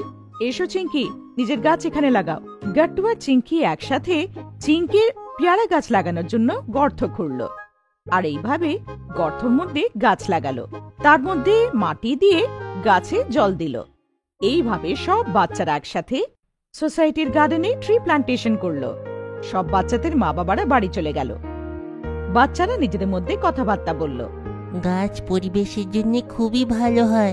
পরিবেশকে ভালো রাখার জন্য গাছ দরকার। তাই? তাহলে তো আমাদের আরো গাছ লাগানো উচিত।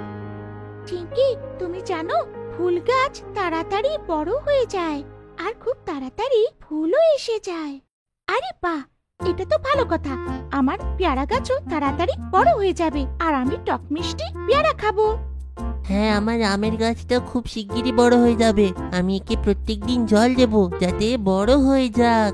দেখো, আমি আমার ফুলের গাছ লাগিয়েছি। আমার ফুল আমি তোমাদের সকলকে দেব, কিন্তু আমাকে মিষ্টি মিষ্টি ফলও খাওয়াবে। হ্যাঁ বান্টি, নিশ্চয়ই, কিন্তু তুমি আমার গাছকে জল দেবে, তাহলে আমি তোমাকে ফল দেব।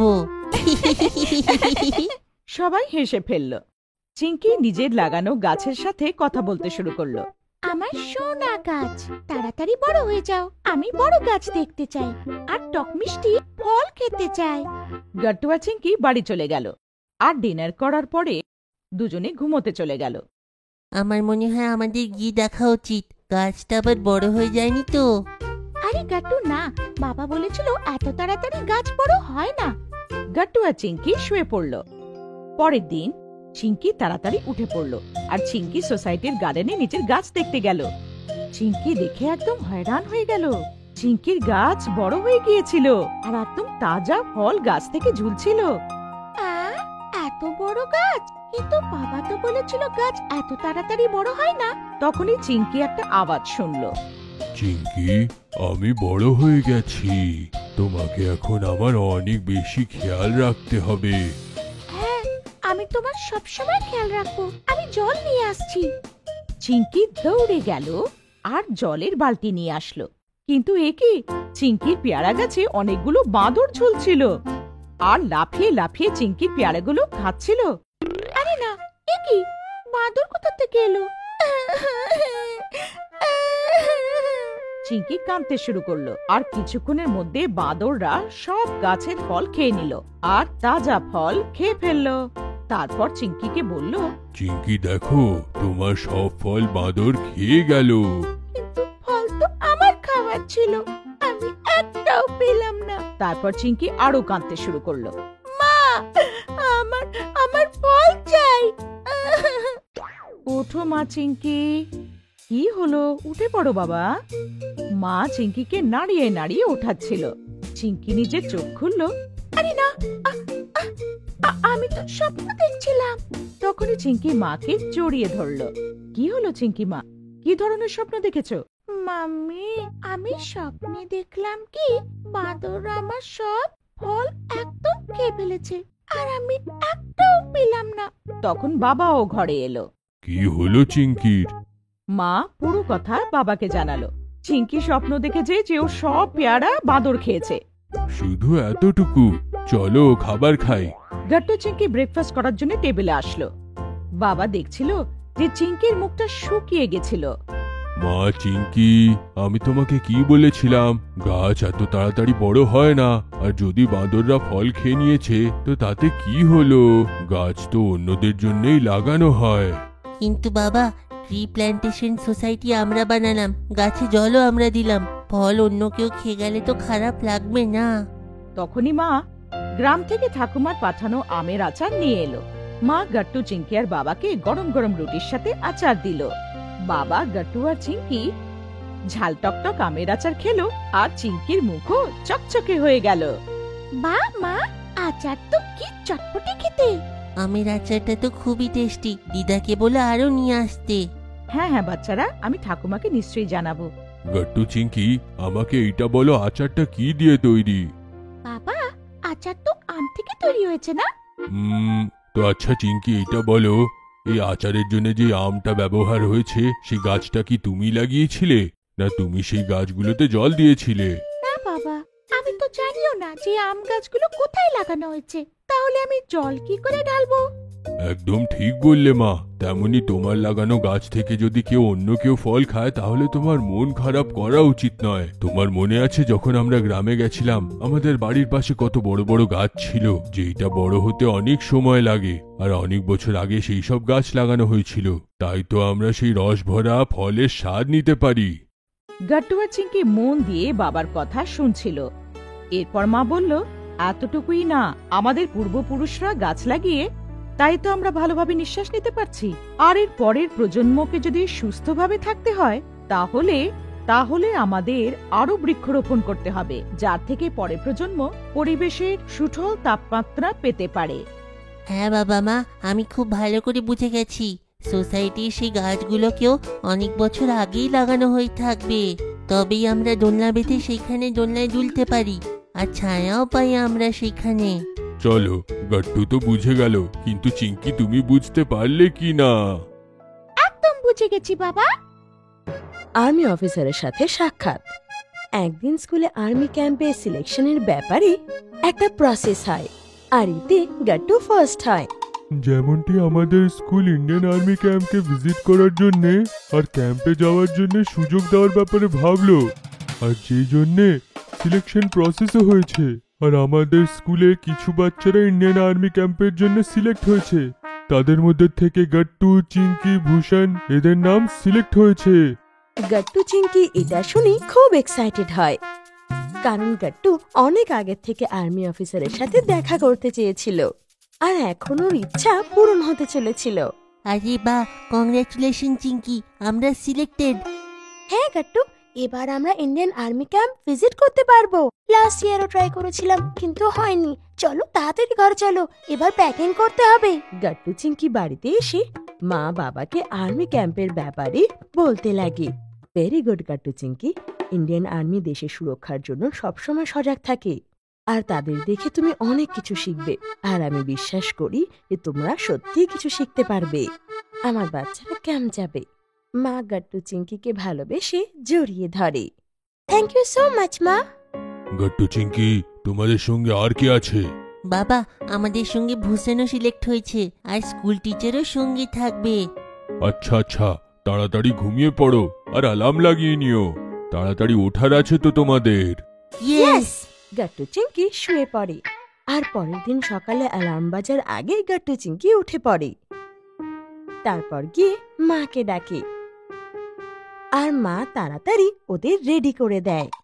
গাট্টু মাথায় খাকি টুপি পরে আর স্পোর্টস শুজ পরে আর্মি অফিসারের সঙ্গে দেখা করতে রেডি হয়ে যায়। চিঙ্কিও খাকি রঙের ফ্রক পরে, আর দুজনেই খুবই এক্সাইটেড ছিল। সকাল সকাল গাট্টু, চিঙ্কি আর ভূষণ স্কুল টিচারের সাথে আর্মি ক্যাম্পে পৌঁছে যায়। গাট্টু চিঙ্কি অনেক বড় মাঠ দেখে, যেখানে আর্মি অফিসারের টেন্ট লাগানো ছিল, আর একটা বড় আর্মি ট্রুপ সাবধান পজিশনে দাঁড়িয়েছিল। স্যার, আমরা কি অফিসারের সঙ্গে কথা বলতে পারবো? হ্যাঁ হ্যাঁ গাট্টু, কেন না, তুমি নিজের প্রশ্ন জিজ্ঞেস করতে পারো। গাট্টু ভীষণ খুশি হয়ে যায়।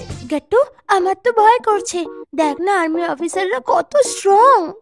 দূর থেকে চিঙ্কি আর্মি ট্রুপের অফিসারদের ইশারা করে বলে, গাট্টু, চিঙ্কি আর ভূষণ, যেমনটি তোমরা সিলেকশন প্রসেসকে পাস করেছো তাই তোমরা সুযোগ পেয়েছো। এখন আমরা আর্মি অফিসারের কিছু ট্রেনিং দেখব। গাট্টু, চিঙ্কি আর ভূষণ আর্মি ট্রুপ থেকে কিছুটা দূরে রাখা চেয়ারে বসে পড়ে। আর্মি অফিসার নিজের ট্রুপের সাথে ট্রেনিং করছিল আর একজন অফিসার ছুরি হাতে সবাইকে ইনস্ট্রাক্ট করছিল। কিছুক্ষণ পর আর্মি অফিসার ট্রুপের ট্রেনিং থামিয়ে দেন আর টিচার গাট্টু, চিঙ্কি আর ভূষণকে আর্মি অফিসারের সাথে দেখা করাতে নিয়ে আসেন। হ্যালো মেজর, এরা আমাদের স্কুলের প্রতিভাশালী বাচ্চারা যারা এই ক্যাম্পের জন্য সিলেকশন প্রসেস পাস করেছে, আর সবাই আপনার সঙ্গে দেখা করতে চায়। টিচার আর্মি অফিসারের সাথে কথা বলেন। কংগ্রাচুলেশন বাচ্চারা, তোমাদের ট্রেনিং কেমন লাগলো? গাট্টু, চিঙ্কি তো আর্মি অফিসারের ভারী আওয়াজ শুনে ভয় পেয়ে গিয়েছিল। হ্যাঁ স্যার, আমরা ট্রেনিং দেখেছি। ইয়েস স্যার, আমাদের ট্রেনিং খুব কষ্টকর লাগলো। বাচ্চারা, এমন করে ভয় পাওয়ার দরকার নেই।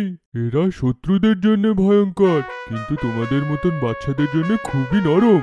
তাই নিশ্চিন্তে এনাদের সঙ্গে কথা বলো। ঠিক বলেছেন স্যার। কিছুক্ষণ পর টিচার ওখান থেকে চলে যায় আর গাট্টু, চিঙ্কি আর ভূষণ আর্মি অফিসারকে ঘিরে দাঁড়িয়ে পড়ে। আর্মির ট্রেনিং এত কষ্টকর হয় কেন? হ্যাঁ স্যার, আমরা এইমাত্র দেখলাম আপনি লাঠি নিয়ে কিভাবে সবাইকে ইনস্ট্রাক্ট করছেন। বাবা, আমরা দেশের সুরক্ষার জন্য কোনো সুযোগ ছাড়তে চাই না। তাই আমরা কষ্টকর ট্রেনিং নিয়ে নিজেকে আমরা এমনভাবে তৈরি করে ফেলি যাতে শত্রুপক্ষের যদি হঠাৎ করে হামলা হলেও আমরা যেন শক্তিশালীভাবে প্রস্তুত থাকি। স্যার, আপনার হাতে যে বন্দুক আছে সেইটা কি আমি চালাতে পারবো? আরে গাট্টু, এটা কোনো খেলার বন্দুক নয়, এটা তো আসল বন্দুক। ঠিক বললে চিঙ্কি, এটাকে রাইফেল বলা হয়। রাইফেল অনেক ধরনের হয়, যেটা শেখার জন্য অনেক দিনের ট্রেনিং নিতে হয়। তারপরেই তুমি এই রাইফেলটাকে চালাতে পারবে। ও আচ্ছা, এই রাইফেলটা তো খুব ভারী হবে না স্যার? হ্যাঁ, এটা খুব ভারী। তখনই টিচার ওখানে আসে। গাট্টু, চিঙ্কি আর ভূষণ, চলো আমরা স্যারের সঙ্গে খাবার খাবো। ইয়েস গাট্টু, চিঙ্কি আর ভূষণ, তোমরা চলো, আমি নিজের ট্রুপকে ইনস্ট্রাকশন দিয়ে আসছি। গাট্টু, চিঙ্কি আর ভূষণ টিচারের সাথে চলতে লাগে। তখনই গাট্টু হঠাৎ দাঁড়িয়ে পড়ে আর আর্মি অফিসারের পিছু পিছু চলতে লাগে। গাট্টু, তুমি যাবে না নাকি? স্যার, আমাকে আপনার সঙ্গে থাকতে দিন না, আমি চুপচাপ দাঁড়িয়ে থাকবো। Please sir, please. ঠিক আছে, কোনো ব্যাপার নয়। পরেড বিশ্রাম, পরেড সাবধান।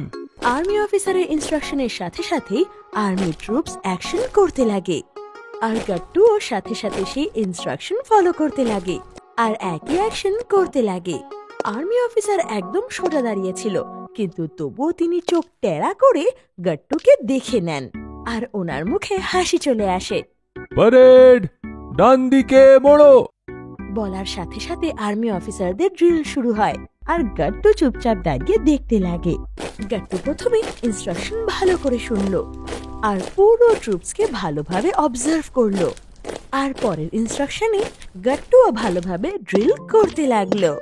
আর্মি অফিসার গাট্টুকে দেখে খুশি হয়ে যায়। তখনই আর্মি গ্রুপের ড্রিলিং শেষ হয়ে যায়। ক্যাডেটস, এইটা হলো গাট্টু। সবাইকে ফলো করে গাট্টু সব অ্যাকশনস ঠিক মতন করেছে। আর্মি অফিসাররা গাট্টুকে দেখে হাসে।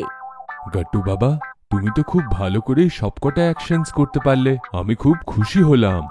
থ্যাংক ইউ স্যার, আমি আপনার মতন আর্মি অফিসারদেরকে শুধু টিভিতে দেখেছি আর শুধু লাল কিলার রাজপথে।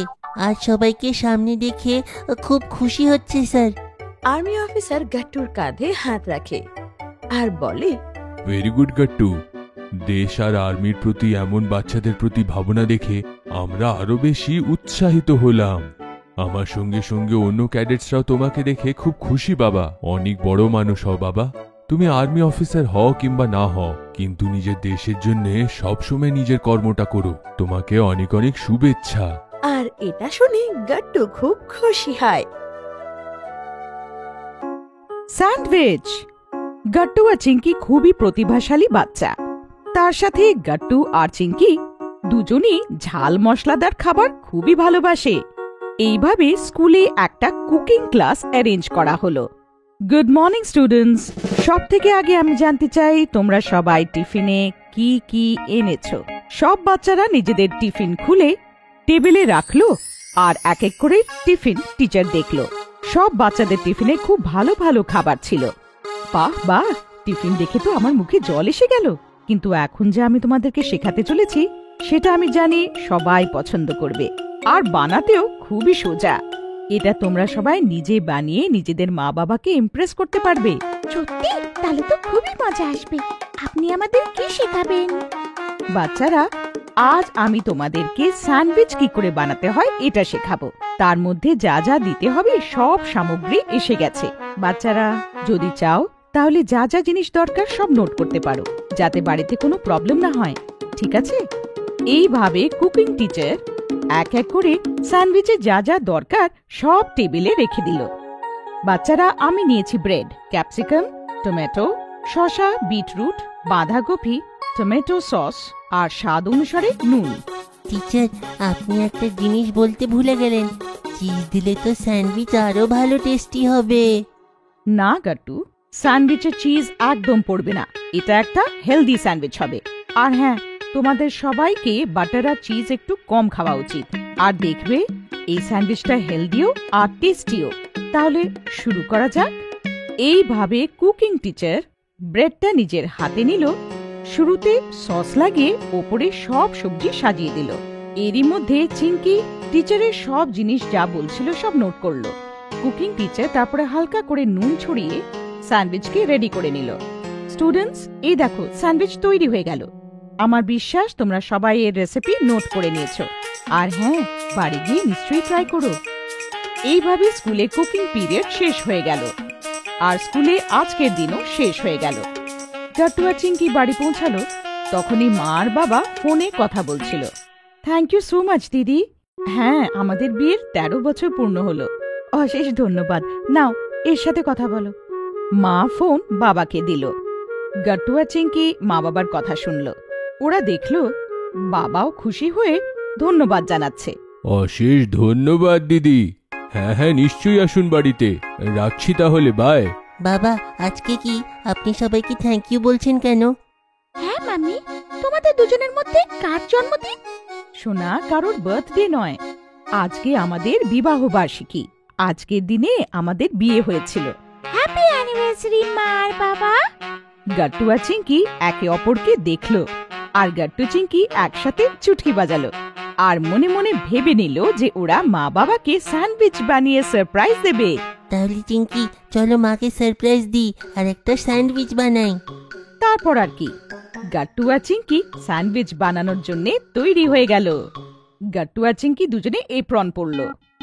যদিও অ্যাপ্রনটা ওদের দুজনের জন্য অনেক বড় হয়েছিল, কিন্তু তাও ওরা মায়ের মতন কিচেনে কাজ করতে চাইছিল। আচ্ছা, আমাদের স্যান্ডউইচ বানানোর জন্য যা যা জিনিস চাই ওইগুলো সব আমরা এই কিচেন টেবিলে এনে রেখে দিই, যাতে বানাতে সুবিধে হয়। চিঙ্কি ফ্রিজ থেকে ব্রেড বার করলো। গাট্টু স্যান্ডউইচে যা যা সবজি লাগবে সেটা আনলো, সস আর একটু চটপটা মশলা, এমন সব জিনিস কিচেনে রেখে দিল। আরে, সব জিনিস তো এসে গেল, কিন্তু চিঙ্কি তুমি তো চিজ নাওনি। না গাট্টু, আমরা চিজওয়ালা স্যান্ডউইচ একদম বানাবো না। মনে নেই টিচার কি বলেছিল? আমাদের হেলদি খাওয়া উচিত। আজ মা বাবার অ্যানিভার্সারি, তাই ওদের আমরা ভেজিটেবল স্যান্ডউইচ বানিয়ে দেব।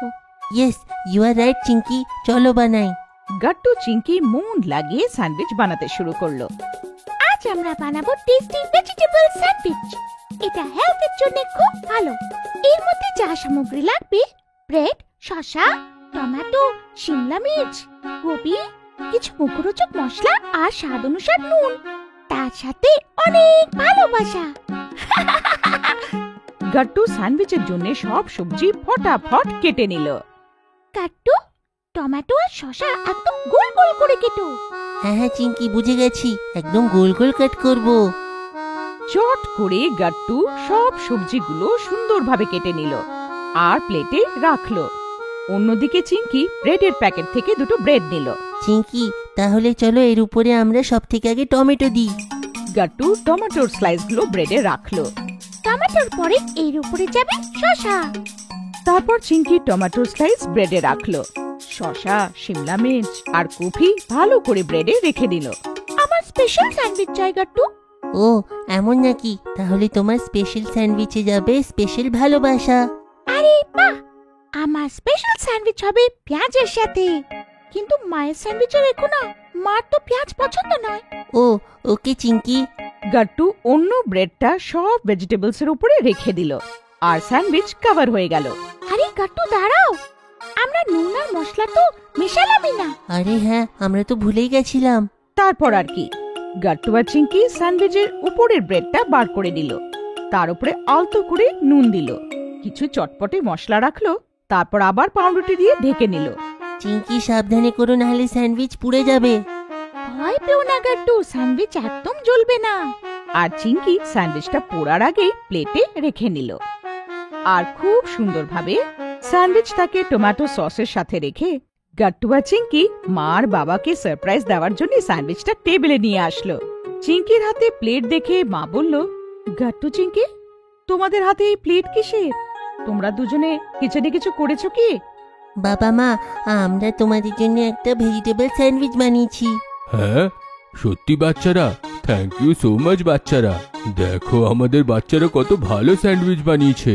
এই নিন বাবা মা, টেস্টি টেস্টি ভেজিটেবল স্যান্ডউইচ। মা বাবা, আমার আর গাট্টুর তরফ থেকে এই স্যান্ডউইচটা সারপ্রাইজ। আজকেই আমরা স্কুলে শিখেছি। মা বাবার সাথে সাথে গাট্টু আর চিংকিও টেস্টি স্যান্ডউইচটা ভালো করে খেয়ে নিল। ও ওয়াও, খুবই ইয়ামি হয়েছে। হ্যাঁ, কি সুস্বাদু বাবা। তোমার কেমন লাগলো? Very good Gattu Chinki, I am really proud of you. তোমরা দুজনে স্যান্ডউইচ বানানো শিখে নিলে, কিন্তু কিচেনে সাবধানে কাজ করাও জরুরি। হ্যাঁ মা, আমি একদম অসুবিধা ফিল করিনি। প্রথমবার লাইব্রেরিতে কৌতূহল থেকেই বাচ্চারা শেখে, আর মনে নানা রকম প্রশ্ন আসে। আর যদি প্রশ্নের সঠিক উত্তরও পাওয়া যায়, তাহলে বাচ্চাদের নলেজও বাড়ে আর ওরা বুদ্ধিমান হয়ে ওঠে। ইতিহাসের পিরিয়ডে ম্যাডাম ইন্ডিয়ান কালচার সম্পর্কে বাচ্চাদের পড়াচ্ছিল। বাচ্চারা, আমরা যেমন জানি ইন্ডিয়াতে বিভিন্ন কালচারের মানুষ থাকে, প্রত্যেকের তাদের আলাদা ঐতিহ্য, ভাষা, উৎসব, পরিধান আর চালচলনের মাধ্যমে আমরা ভারতের বিচিত্রতা বুঝতে পারি। ম্যাডাম, এটা কি করে হয়? এত আলাদা আলাদা ধরনের ভাষা কি করে বলা যাবে? ভারত এমন একটা দেশ যেখানে প্রত্যেক রাজ্যে আলাদা আলাদা ভাষা, আর এর কারণ হলো বৈচিত্র্যতা আর সংস্কৃতি। ভারতে অন্তত 780 রকমের ভাষা আছে, আর ভারতে 22টি ভাষা স্বীকৃতিপ্রাপ্ত। ম্যাডাম, এটা আলাদা আলাদা কি করে হলো? রাজ্য কে বানালো? আর সবাই তো আলাদা আলাদা ভাষা পারে না, তাহলে অন্য রাজ্যতে আমি কি করে যাব? প্রত্যেক রাজ্যের ইতিহাস আছে, আর যদি তোমার এটা জানার খুব ইচ্ছে হয়, তাহলে তুমি স্কুলের লাইব্রেরিতে গিয়ে এই ব্যাপারে কিছু পড়ে নিও। তখন তুমি তোমার সব প্রশ্নের উত্তর পাবে। ক্লাসে কিছু বাচ্চারা খুব খুশি হয়ে যায়। ইন্টারভালে টিফিন খেতে খেতে গাট্টু, চিংকি আর বাকি বন্ধুরা লাইব্রেরির কথা বলতে লাগে। আরে বাহ, কি ভালো হলো না? আমাদের প্রিন্সিপাল আমাদের স্ট্যান্ডার্ডকেও পারমিশন দিল। ম্যাডাম বললো আমার সব প্রশ্নের লাইব্রেরিতে পেয়ে যাব। আমরা কাল লাইব্রেরিতে যাব। হ্যাঁ, মানে তোমার সঙ্গে কে যাচ্ছে? আমি তো আসবো না। পড়াশোনার জিনিস দেখলেই আমার তো ঘুম পেয়ে যায়। লাইব্রেরিতে তো আমি ঘুমিয়েই পড়বো। বান্টির কথায় সবাই হাসতে লাগে। দেখ, এরকম হয় নাকি বান্টি? কিছু নতুন করতে পারবে যখন এক্সাইটেড হওয়া উচিত, নাকি এরকম পালিয়ে যাওয়া উচিত? আমি তো নিশ্চয়ই যাব। আরে গাট্টু চিংকি, লাইব্রেরিতে যাস না। আমি শুনেছি যে লাইব্রেরিতে গিয়ে থাকা লোকেদের স্বপ্নেও বই আসে, আর ওদের বিরক্তও করে। তোকে এটা কে বললো ভূষণ? এমন কিছুই হয় না। সবাই এবার ভূষণের কথায় হাসতে লাগে। সব বাচ্চারা দেখে যে নোটিশ বোর্ডে লাইব্রেরি ওপেন ফর অল লেখা আছে। গাট্টু চিংকি স্কুল থেকে ফিরে আসে, আর ফিরতেই দৌড়ে দৌড়ে মায়ের কাছে চলে যায়। আরে গাট্টু চিংকি, খুব খিদে পেয়েছে? রুটি এখনো হয়নি মা? না মা, খিদে এখনো পাইনি, কিন্তু ভালো খবর বলার আছে। স্কুলে যে লাইব্রেরি আছে সেটা এখন আমাদের জন্য খোলা থাকবে। কাল আমরা প্রথমবার লাইব্রেরিতে যাব। আরে বাহ, এটা তো খুব ভালো কথা। কংগ্রাচুলেশনস। মায়ের সাথে কথা বলে গাট্টু চিংকি আরো খুশি হয়ে যায়। আর রাত্রিবেলায় সবাই খাবার খাওয়ার সময় মা বাবাকে লাইব্রেরির কথা বলে। কি ব্যাপার গাট্টু চিংকি? হ্যাঁ, আমি শুনলাম তোমরা নাকি লাইব্রেরিতে যাচ্ছ। খুব ভালো বাবা, সিলেবাস ছাড়াও বই পড়া উচিত। লাইব্রেরিতে পড়ার জন্য আর শেখার জন্য অনেক জিনিস আছে বাচ্চারা। হ্যাঁ বাবা, আমরা পড়তে চাই। তোমরা জানো শোনা, স্কুলের টাইমে আমিও লাইব্রেরি যেতাম আর অনেকটা সময় লাইব্রেরিতে কাটাতাম। হ্যাঁ, আমাদের জমানাতে গ্রামে একটাই লাইব্রেরি থাকতো, কিন্তু আজকালকার জমানায় কত লাইব্রেরি থাকলেও কেউ যায় না। কিন্তু বাবা, আমরা তো লাইব্রেরি যাবার জন্য খুব এক্সাইটেড। বরং এটা ভাবছি যে প্রিন্সিপাল আমাদের আগে কেন পারমিশন দেয়নি। ঠিক বললি চিঙ্কি। পরের দিন গাট্টু চিঙ্কি স্কুলের লাইব্রেরিতে পৌঁছায়। আসতেই গাট্টু চিঙ্কির লাইব্রেরিতে রেজিস্ট্রেশন হয়। তারপর গাট্টু চিঙ্কি ভেতরে যায়। তখন দুজনে দেখে যে আলাদা আলাদা শেলফ বানানো, চারিদিকে শুধু বই আর বই। গাট্টু আর চিঙ্কি তো প্রথমবার এত বড় বড় বই দেখলো। গাট্টু, দেখো এখানে কত বড় বড় বই। হ্যাঁ চিঙ্কি, ইন্ডিয়ার হিস্ট্রির ব্যাপারে আমি পড়তে চাই, কিন্তু এত বইয়ের মধ্যে আমি কি করে খুঁজবো? গাট্টু তখন এমন বই খুঁজতে লাগে যেখান থেকে ইন্ডিয়ান হিস্ট্রি সম্পর্কে জানা যায়। আর চিঙ্কি সব বইগুলোকে ওপর থেকে দেখছিল। গাট্টু চিঙ্কির দিকে লাইব্রেরিয়ান স্যার আসে। বাচ্চারা, তোমরা কেমন বই পড়তে চাও বলো, আমি তোমাদের সাহায্য করছি। স্যার, আমি ইন্ডিয়ান হিস্ট্রির ব্যাপারে পড়তে চাই। লাইব্রেরিয়ান স্যার তখন একটা ব্লকের দিকে আঙুল দিয়ে দেখায় আর দুজনে ওদিকে চলে যায়। ওদিকে শুধু ইন্ডিয়া সম্পর্কে সব বই ছিল। দেখো না চিঙ্কি, আমাদের দেশটা কত বড়। গাট্টু একটা বই তোলে আর টেবিলে গিয়ে বসে পড়তে লাগে। চিঙ্কিও তখন নিজের জন্য হিন্দি কবিতার বই নেয় আর ও মজা করে বই পড়তে লাগে।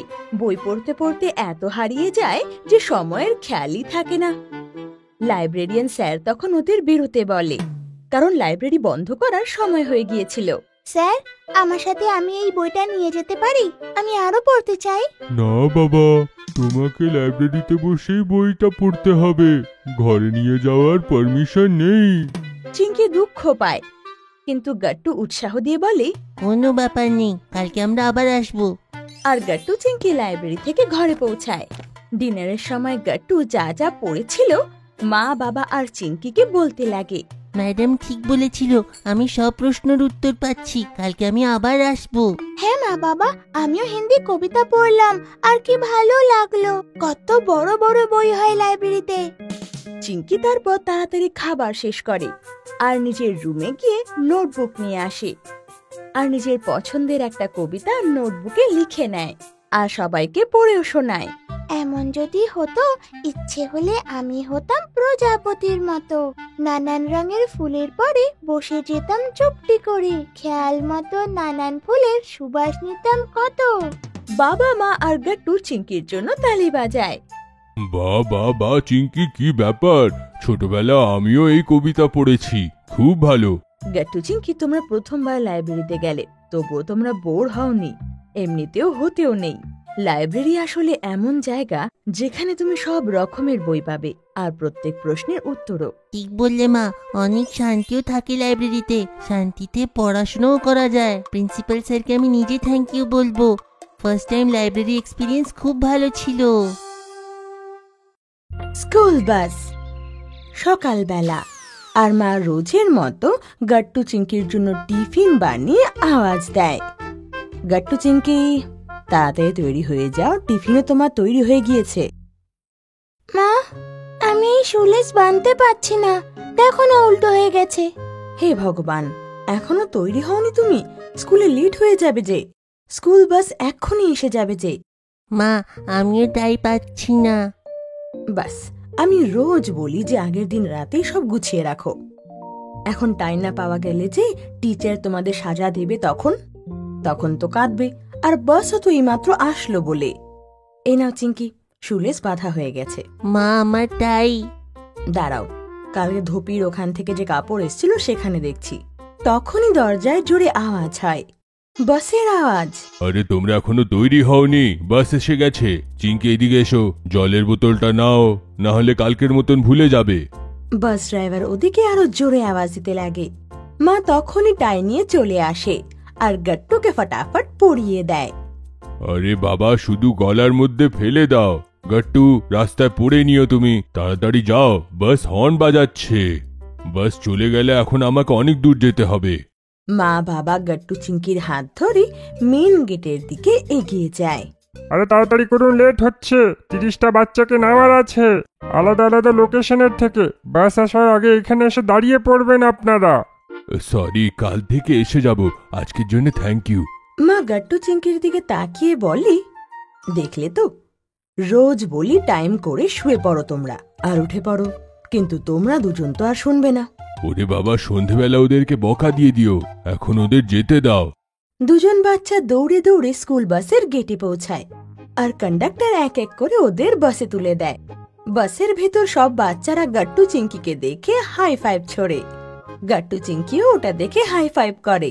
আর কিছুক্ষণ পরে দুজনে নিজের নিজের সিটে বসে পড়ে। সুধা, একটু এগিয়ে বস না, আমার সিটে বসে আছিস তুই। না, সরবো না, এটা আমার সিট। দেখো না কন্ডাক্টর দাদা, এটা কি করছে? আরে সুধা, তোমার সিট ওইখানে আছে, এইখানে নয়, বলেছিলাম তো কালকে। ছাড়ো তুমি, একটা কাজ করি, তুমি এখানেই বসে যাও আর আমরা চকলেট ভাগ করে খাই। আরে চিঙ্কি, আমার টাইটা একটু ঠিক করে দাও না। চিংকি গাট্টুর টাই ঠিক করে দেয়, কিন্তু সুধা এটা দেখে হাসতে লাগে। কেন হাসছো তুমি? গাট্টু এত বড় হয়ে গেছে, এখনো নিজের টাই বাঁধতে পারে না। তোর কি? চিঙ্কি আমার বোন, সে আমার অন্য কাজও করে দেয়। সুধা গাট্টুকে জ্বালাতে লাগে। গাট্টু টাই বাঁধতে পারে না, গাট্টু টাই বাঁধতে পারে না। আর গাট্টু মুখ ফুলিয়ে বসে যায়। তখনই পরের স্ট্যান্ড এসে যায়। তখন গাট্টুর বেস্ট ফ্রেন্ড বান্টি আর চিংকির বেস্ট ফ্রেন্ড গুড্ডি এসে যায়। আর দৌড়ে এসে তারা গাট্টু চিংকিকে জড়িয়ে ধরে। গুড্ডি, আমি এখনই চকলেটের টুকরো করতে যাচ্ছিলাম, এখন আমরা 5 জন মিলে খাবো। ওয়াও, জানিস মা আমাদের সবার জন্য স্যান্ডউইচ পাঠিয়েছে। ওয়াও, এতে চিজ আছে কি? না, ওটাতে তো ফ্যাট হয়, তাই আমি ভেজিটেবল স্যান্ডউইচ বানিয়েছি। দাঁড়াও, এক্ষুনি দিচ্ছি। আমি কিন্তু 2 পিস খাবো, কালকে শুধু একটাই পিস দিয়েছিলি। আরে দাঁড়াও দাঁড়াও, মা আজকে বড় বড় স্যান্ডউইচ সবার জন্য পাঠিয়েছে। চিংকি এটা শুনে লাফাতে লাগে। ওয়াও, তুই আমার best friend Guddi. Aunty thank you. তারপর গুড্ডি সবাইকে স্যান্ডউইচ দেয় আর চিংকি চকলেট। সবাই খুশি খুশি খাচ্ছিল। তখন বান্টি, আমরা সবাই ওয়ার্ড পাজল খেলি কি? তুমি কি বলছো গুড্ডি চিঙ্কি? আধা ঘন্টা আছে স্কুলে আসতে এখনো। চল না অন্তাক্ষরী খেলি আমরা। না না, মা বলে ওয়ার্ড পাজল খেললে আমাদের মেমোরি আরো শার্প হয়। গাট্টু, আজকে ওয়ার্ড পাজলই খেলবো, কিন্তু অন্যরকম। আলাদা কিভাবে? একজন দাঁড়িয়ে চুপচাপ সবাইকে হিন্ট দেবে আর বাকি আমরা সবাই সেটাকে গেস করব। ওয়াও, এটা তো খুব ভালো আইডিয়া। এক কাজ করা হোক, তুমি আরম্ভ করো, যাতে সবাই রুলস এন্ড রেগুলেশন শিখে নিক। তখনই বাসের ব্রেক খুব জোরে লাগে আর বান্টির হাতের স্যান্ডউইচ নিচে পড়ে যায়। ও খুব উদাস হয়ে যায়। আরে, এটা তো পড়ে গেল, এখন তো এর উপরে মাটিও লেগে গেছে। মা নিচে জিনিস উঠিয়ে খেতে মানা করে দিয়েছে। আমার কত জোরে খিদে পেয়েছিল। ওর সেই উদাস মুখ গাট্টু চিংকি আর গুড্ডি দেখতে পারছিল না। একটা কাজ করি, আমরা আমাদের স্যান্ডউইচের একটা টুকরো বান্টির সাথে শেয়ার করি, এতে ও স্যান্ডউইচ খেতে পারবে। আরে না, তোমরা খেয়ে নাও। কিন্তু ততক্ষণে সবাই নিজের এক একটা পিস বান্টিকে দিয়ে দিয়েছে। আরে কি করছো? বিটরুট সবাইকে খাওয়ার উচিত, এতে আয়রন থাকে, মা বলে না চিঙ্কি? আর হ্যাঁ, এটা আর গাজর খেলে গালও একদম লাল লাল হয়ে যায়, মুখে খুব গ্লো আসে। আর মা তো এটাও বলেছে যে শীতকালে রোজ খাওয়া উচিত, এতে আমাদের ইমিউনিটিও বাড়ে। একদম ঠিক কথা বলছে সে। প্রমিস করো আজকের পরে আর ফেলবে না। ওকে বাবা, প্রমিস। Chinki pinky promise.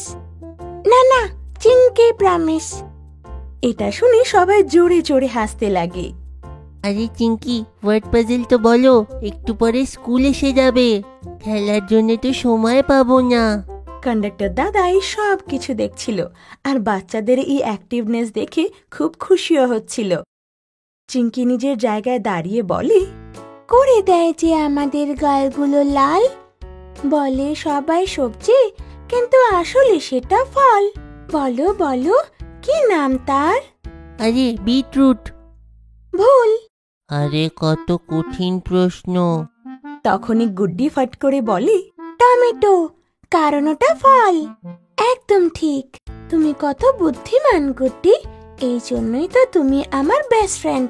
সবাই খুশি হয়ে যায় আর বাস তখন স্কুলে চলে আসে। কন্ডাক্টর দাদা সবাইকে বলে, কেউ হুড়োহুড়ি করবে না, আমি এক এক করে সবাইকে নামাবো। সবাই নিজের জায়গাতে দাঁড়িয়ে পড়ো। আর সব বাচ্চারা বাসে দাঁড়িয়ে পড়ে। তারপর বাস কন্ডাক্টর দাদা সবাইকে এক এক করে নামিয়ে দেয়। বাই বাচ্চারা, ভালো করে তোমরা সবাই পড়াশোনা করো। ছুটির পরে এইখানে এসে সবাই দাঁড়াবে। বাই বাই দাদা। দ্বিগুণ খেলনা। কয়েক বছর আগে একটা শহরে 6 বছরের মিষ্টি আর 7 বছরের ময়ঙ্ক তাদের মা বাবার সাথে থাকতো। মিষ্টি আর ময়ঙ্কের কাছে অনেক ধরনের খেলনা ছিল, কিন্তু ওরা একে অপরের খেলনা কখনোই ভাগ করে খেলতো না। আর সব সময় এই কথা নিয়ে ঝগড়া করত যে কার কাছে বেশি খেলনা আছে। আমার কাছে বেশি খেলনা আছে। না, আমার কাছে তোমার থেকেও বেশি আছে খেলনা, আর আমার খেলনাগুলো তোমার থেকে বেশি ভালো হচ্ছে। না, আমার কাছে তোমার থেকে বেশি খেলনা আছে। একদিন ওদের দাদু ওদের সাথে থাকতে এলেন। উনি নিজের সাথে অনেক ভালো ভালো খেলনা নিয়ে এসেছিলেন। বাচ্চারা, আমি তোমাদের জন্য অনেকগুলো খেলনা নিয়ে এসেছি। বাহ, এতগুলো খেলনা! ওরা দুজনেই দাদুর কাছে গেল আর ওনার হাত থেকে একটা একটা করে ব্যাগ নিয়ে নিল। এই খেলনাগুলো আমার। আর এই খেলনাগুলো আমার। আমি এই সমস্ত খেলনা শুধু তোমাদের জন্যই এনেছি, তাহলে এগুলো ভাগ করার কি দরকার? না দাদু, আমরা আমাদের কখনো খেলনা ভাগ করি না। কোনোদিন না। এই কথা শুনে দাদু খুব অবাক হয়ে গেলেন, কিন্তু উনি বাচ্চাদেরকে কিছুই বললেন না। পরের দিন সব দিনের মতোই দুজনে ঝগড়া শুরু করলো। আমার কাছে বেশি খেলনা আছে। না, আমার কাছে তোমার থেকেও বেশি খেলনা আছে। এইবারেও দাদু ভেবেছিলেন যে বাচ্চারা নিজেরা বুঝে যাবে। এমনটাই কয়েকদিন ধরে চলতে থাকলো। তারপর একদিন দাদু কিছু ভাবলেন। এই বাচ্চারা এইভাবে বুঝবে না, আমাকেই এদের দুজনকে একতার মানে বোঝাতে হবে। এই ভেবে উনি বাচ্চাদের ঘরে গেলেন। ঘরে গিয়ে দেখলেন বাচ্চারা ঝগড়াই করছিল। দাদুকে দেখে ওরা দাদুকে জিজ্ঞাসা করল, দাদু, এবার তুমি বলো কার কাছে বেশি খেলনা আছে? হ্যাঁ দাদু, তুমিই বলো যে কার কাছে বেশি খেলনা আছে। আমার হিসেবে তো তোমাদের দুজনের কাছেই অনেক কম খেলনা আছে। কিন্তু তোমরা দুজনে একদম চিন্তা করো না, আমি তোমাদের দুজনের খেলনা দ্বিগুণ করে দিতে পারি। ওটা কেমন করে? জাদু করে। জাদু করে? হ্যাঁ, জাদু করে। এবার তাড়াতাড়ি নিজের চোখ বন্ধ করো, এক্ষুনি তোমাদের দুজনের খেলনা দ্বিগুণ করে দিচ্ছি। দাদুর এই কথা শুনে দুইজনে নিজেদের চোখ বন্ধ করে নিল। দাদু এগিয়ে গেলেন আর দুইজনের খেলনাগুলোকে একসাথে রেখে দিলেন। তারপর আবার উনি বাচ্চাদের কাছে গিয়ে দাঁড়ালেন। এবার তোমরা চোখ খুলতে পারো। বাচ্চারা নিজেদের চোখ খুলতে দেখলো যে সব খেলনাগুলো একসাথে ছিল। এই দেখে দুজনে খুব রেগে গেল। দাদু, এ তুমি কি করলে? তুমি আমাদের খেলনাটাকে মিলিয়ে কেন দিলে? এর উত্তরে দাদু ওদের বুঝিয়ে বললেন, মিলিয়ে দেইনি, আমি তোমাদের খেলনাগুলো দ্বিগুণ করে দিয়েছি। বাচ্চারা, একতায় অনেক শক্তি হয়। যদি আমরা মিলেমিশে থাকি তাহলে এই খেলনাগুলোর মতো আমাদের শক্তিও দ্বিগুণ হয়ে যায়। সেই জন্য আমাদের ঝগড়া করা উচিত নয়, সব সময় মিলেমিশে থাকতে হয়। শেষ পর্যন্ত দাদুর বোঝানোর পরে বাচ্চারা একসাথে থাকার মর্ম বুঝতে পারল, আর তারপর থেকে ওরা আর কোনোদিন খেলনা নিয়ে ঝগড়া করত না। লাল রঙের গাড়ি। অনেক বছর আগে কোনো এক শহরে গাট্টু নামের একটি 6 বছরের ছেলে তার বাবা, মা আর ঠাকুরদার সাথে থাকতো। গাট্টুর বান্টি নামের এক বন্ধু ছিল, যার বাবা ছিলেন খুব বড়লোক। তিনি সব সময় বান্টিকে নতুন নতুন খেলনা কিনে এনে দিতেন। কিন্তু গাট্টুর বাবা মা অনেক গরিব ছিল, তাদের কাছে এত টাকা ছিল না যে গাট্টুর জন্য নতুন নতুন খেলনা কিনে আনতে পারত। তাই গাট্টুর কাছে শুধু একটা বেশ পুরনো খেলনা গাড়ি ছিল। একদিন গাট্টু স্কুল থেকে ফিরছিল, তখন দেখলো ওদের ঘরের কাছে একটা লাল রঙের খুব সুন্দর খেলনা গাড়ি পড়ে আছে। গাড়িটা দেখে সে ভাবলো, আরে এত সুন্দর গাড়ি, এই গাড়িটা কার? ও গাড়িটার কাছে গিয়ে সেটাকে তুলে নিল। আশেপাশে দেখলো গাট্টু, কিন্তু কেউ ছিল না। এখানে তো কেউই নেই। আচ্ছা, তাহলে এই গাড়িটা আমি রেখে দিচ্ছি, আর যখন গাড়িওয়ালাটা খুঁজতে খুঁজতে আসবে তখন না হয় ফেরত দিয়ে দেব। এই ভেবে সে গাড়িটাকে নিজের সাথে ঘরে নিয়ে গেল। এইবার গাট্টু রোজ স্কুল থেকে ফিরে কারটা নিয়ে খেলতে লাগলো। ধীরে ধীরে গাট্টু ভুলেই গেল যে গাড়িটা ওর নয়। এমনি করে অনেক দিন পেরিয়ে গেল। এরপর একদিন গাট্টু তার ঘরের বাইরে বসেছিল, তখন চিন্টু আর পিন্টু নামের দুটি ছেলে সেখান দিয়ে বেরোচ্ছিল। পিন্টু, আমার বাবা আমার জন্য একটা খুব সুন্দর লাল গাড়ি নিয়ে এসেছিল, কিন্তু জানি না কোথায় সেটা হারিয়ে ফেললাম। হারিয়ে গেছে? কিন্তু কিভাবে জানি না। আমি তো ওটা নিয়ে এই গলি হয়েই আমার কাকার বাড়ি যাচ্ছিলাম। সেখানে পৌঁছে আমি ব্যাগ চেক করলাম, তো আমার ব্যাগ খোলা ছিল। তাহলে নিশ্চয়ই তোমার গাড়িটা পড়ে গিয়েছে। সেই দিনের কথাগুলো শুনবার পর গাট্টু বুঝে গেল ওই দিন ঘরের বাইরে যে লাল রঙের গাড়িটা পেয়েছিল সেটা আসলে চিন্টুর ছিল। আমি তো ভুলেও গিয়েছিলাম যে গাড়িটা একদিন আমাকে ফেরত দিতে হবে।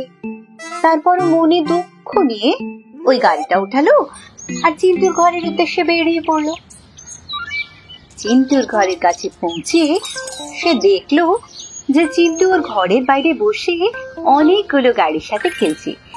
এই দেখে সে বলল, আরে এই চিন্টুর কাছে তো এত সুন্দর সুন্দর কার আছে, আর আমার কাছে শুধু একটাই আছে, যা আবার এত পুরনো। যদি আমি ওকে লাল গাড়িটা নাও দিই তাহলে ওর ওপর কোনো প্রভাবই পড়বে না, তাই এই লাল গাড়িটা আমি রেখে নিচ্ছি। এই ভেবে সে ওই গাড়িটা নিজের ঘরে ফেরত নিয়ে এলো। সেই দিনই সন্ধেবেলা ও ঠাকুরদা ওকে রোজকার মতো হোমওয়ার্ক করাচ্ছিলেন। লোভ করা খুব খারাপ জিনিস। গাট্টু, তুমি কি জানো লোভ কি জিনিস? না ঠাকুরদা। লোভের মানে হলো অন্য কারোর জিনিস নিজের ভেবে নেওয়া।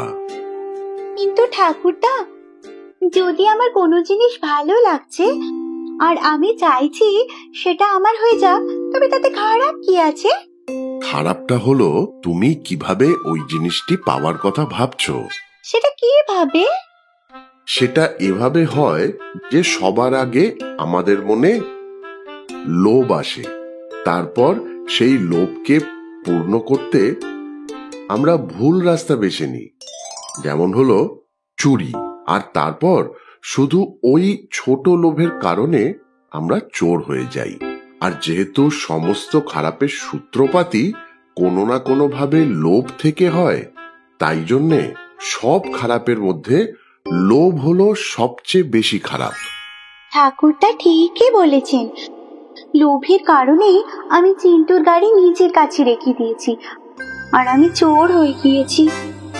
এই ভেবে সে তক্ষুনি গাড়িটা নিয়ে চিন্টুর ঘরে গেল আর তাকে তার গাড়ি ফেরত দিয়ে দিল।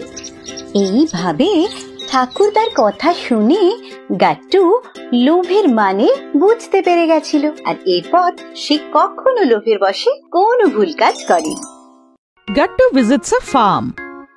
গাট্টুর বাবার অনেক অনেক অনেক বন্ধু ছিল, আর ওর সব বন্ধুরা ওদের বাড়ি আসা যাওয়া করত। তাই গাট্টু চিংকির বাবার সব বন্ধুদের সাথে খুব ভালো বন্ধুত্ব ছিল। বাবার বন্ধুরা যখনই আসতো কেউ খালি হাতে আসতো না, গাট্টু চিংকির জন্য কিছু না কিছু নিশ্চয়ই আনতো, যেমন কি অনেকগুলো চকলেট, আইসক্রিম, আরো অনেক কিছু।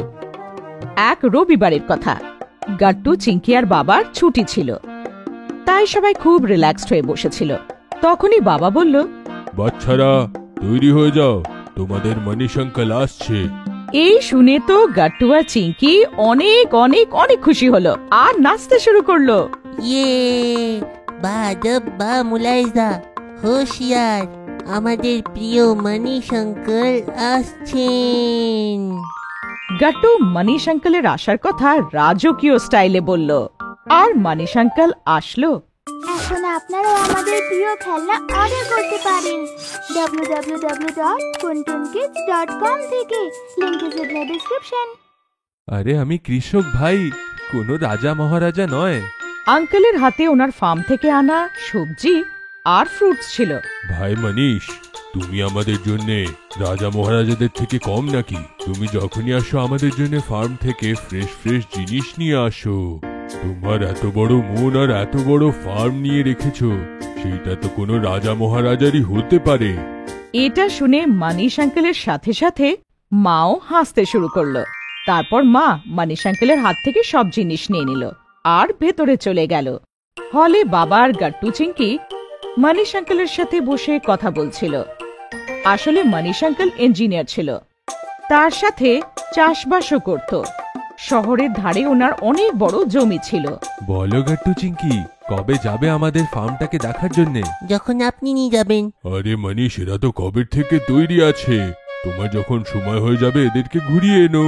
আরে তাহলে আজকেই চলো, কারণ আমার কাছে আজকে প্রচুর সময় আছে। এটা তো শুনে গাট্টু চিঙ্কি নাচতে শুরু করলো। আমরা ফার্মে যাব।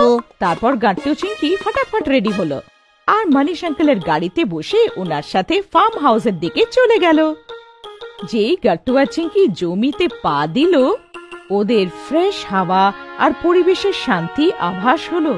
ওয়াও, এত ফ্রেশ অক্সিজেন আর এত শান্তি আমরা শহরে কখনোই পাবো না। আঙ্কেল, তোমার ফার্ম কোথায়? ওই দেখো সামনে। গাট্টু চিঙ্কি সামনে তাকালো আর ওরা তাকিয়েই থাকলো। সামনে এত সবুজ, আর ওই সবুজ পরিবেশে সুন্দর একটা ফার্ম হাউস, যার কল্পনা কেউ স্বপ্নেও করতে পারতো না। গাট্টু আর চিঙ্কি ফার্ম দেখলো আর ওরা ফার্মের দিকে দৌড়ে গেল। তখনই ওরা একটা কুকুরের চিৎকার করার আওয়াজ পেল। গাট্টু আর চিঙ্কি দেখলো যে একটা কুকুর ওদের দিকে ঘেউ ঘেউ করতে করতে আসছিল। কুকুর দেখে চিঙ্কি জোরে চিৎকার করলো, ও ম্যাজিক! গাট্টু দেখো, আমাদের ম্যাজিক কত বড় হয়ে গেছে। আর দুজনে ম্যাজিককে ডাক দিতে দিতে ওর দিকে স্পিডে দৌড়ে আসলো। ম্যাজিক দুজনকে চাটতে শুরু করলো। গাট্টু চিঙ্কি ওকে খুব আদর করলো আর ওর জন্য আনা বিস্কিট ওকে খাওয়ালো। আসলে ম্যাজিক গাট্টু চিঙ্কিরই কুকুর ছিল। যখন ও ছোট ছিল তখন বাবা ওকে এনেছিল। মার ডগি পছন্দ না, তাই মনীষ আঙ্কেল ম্যাজিককে নিজের ফার্ম হাউসে নিয়ে এসেছিল। ম্যাজিক এখন অনেক বড় হয়ে গিয়েছিল, তাও গাট্টু চিঙ্কিকে চিনতে পেরেছিল।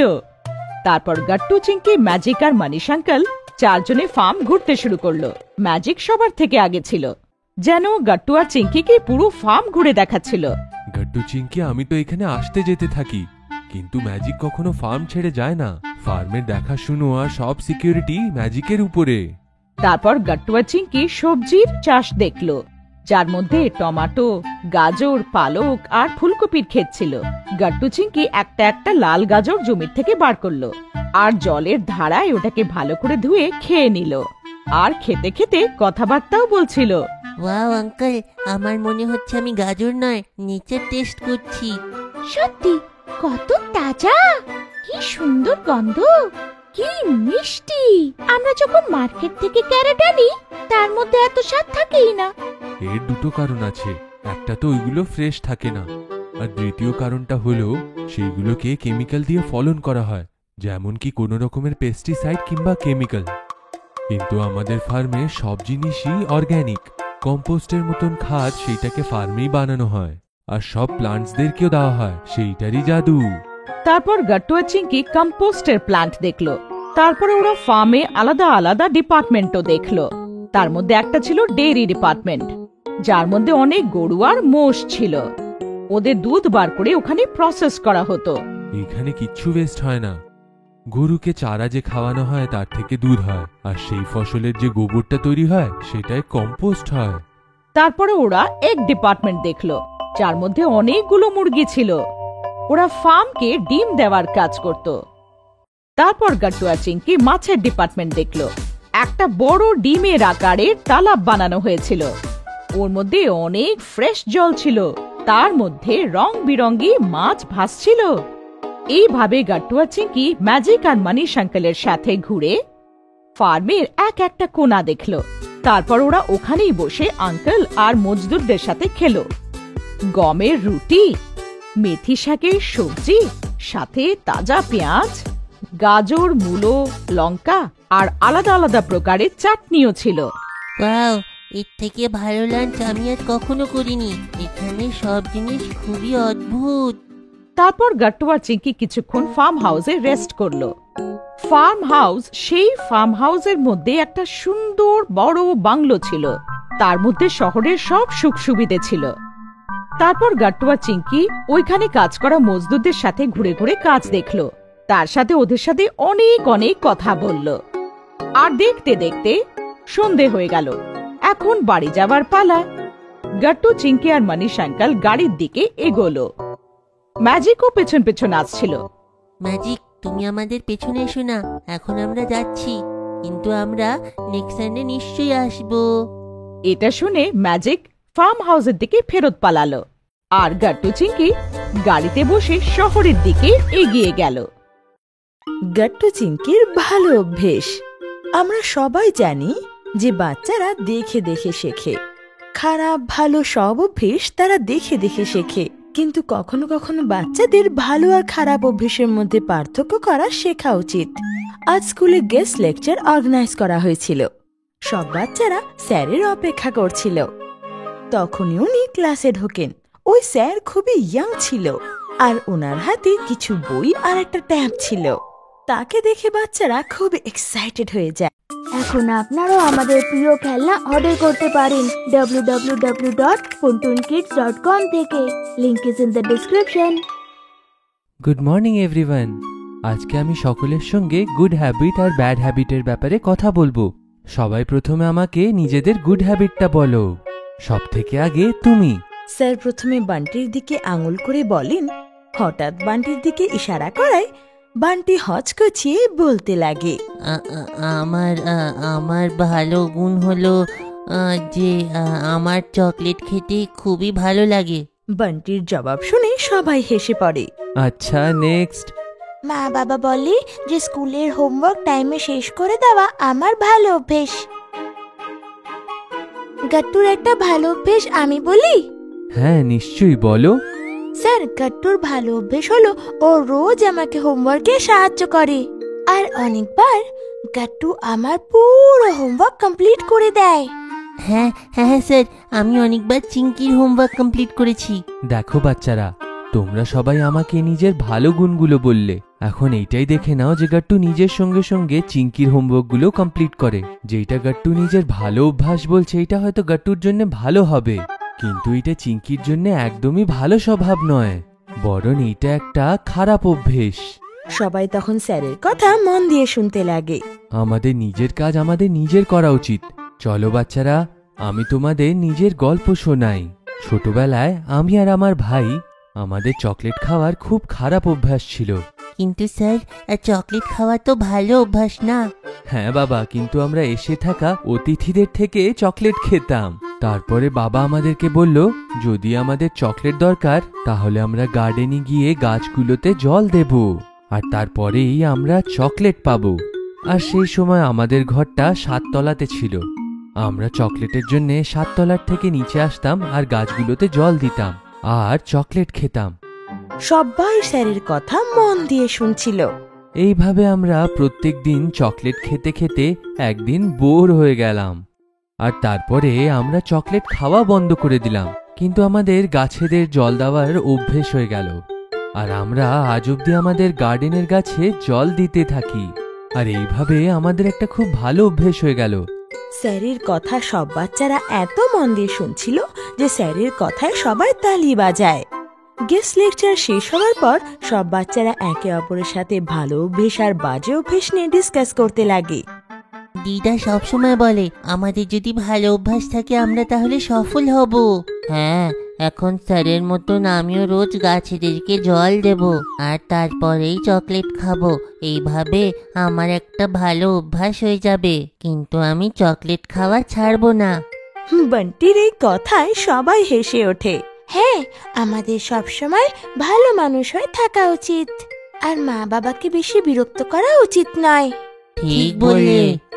পরের দিন গাট্টু আর চিঙ্কি মা বাবার ওঠার আগেই জলদি উঠে বিছানায় বসে পড়ে আর সূর্য প্রণাম করতে লাগে।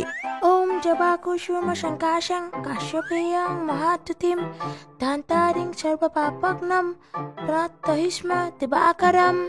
গাট্টু চিঙ্কির আওয়াজ শুনি মা কিচেন থেকে বেরিয়ে আসে। আরে বা গাট্টু চিঙ্কি, তোমরা সকাল সকাল উঠে গেলে আর সকালবেলা প্রার্থনা হয়ে গেছে, দারুণ ব্যাপার তো। গাট্টু চিঙ্কি তখনই বিছানা থেকে নেমে গিয়ে সোজা মাকে গিয়ে জড়িয়ে ধরে। মা গাট্টু চিঙ্কির ওপর খুশি হয়ে যায় আর গাট্টু চিঙ্কি স্নান ধান করে একদম রেডি হয়ে যায়।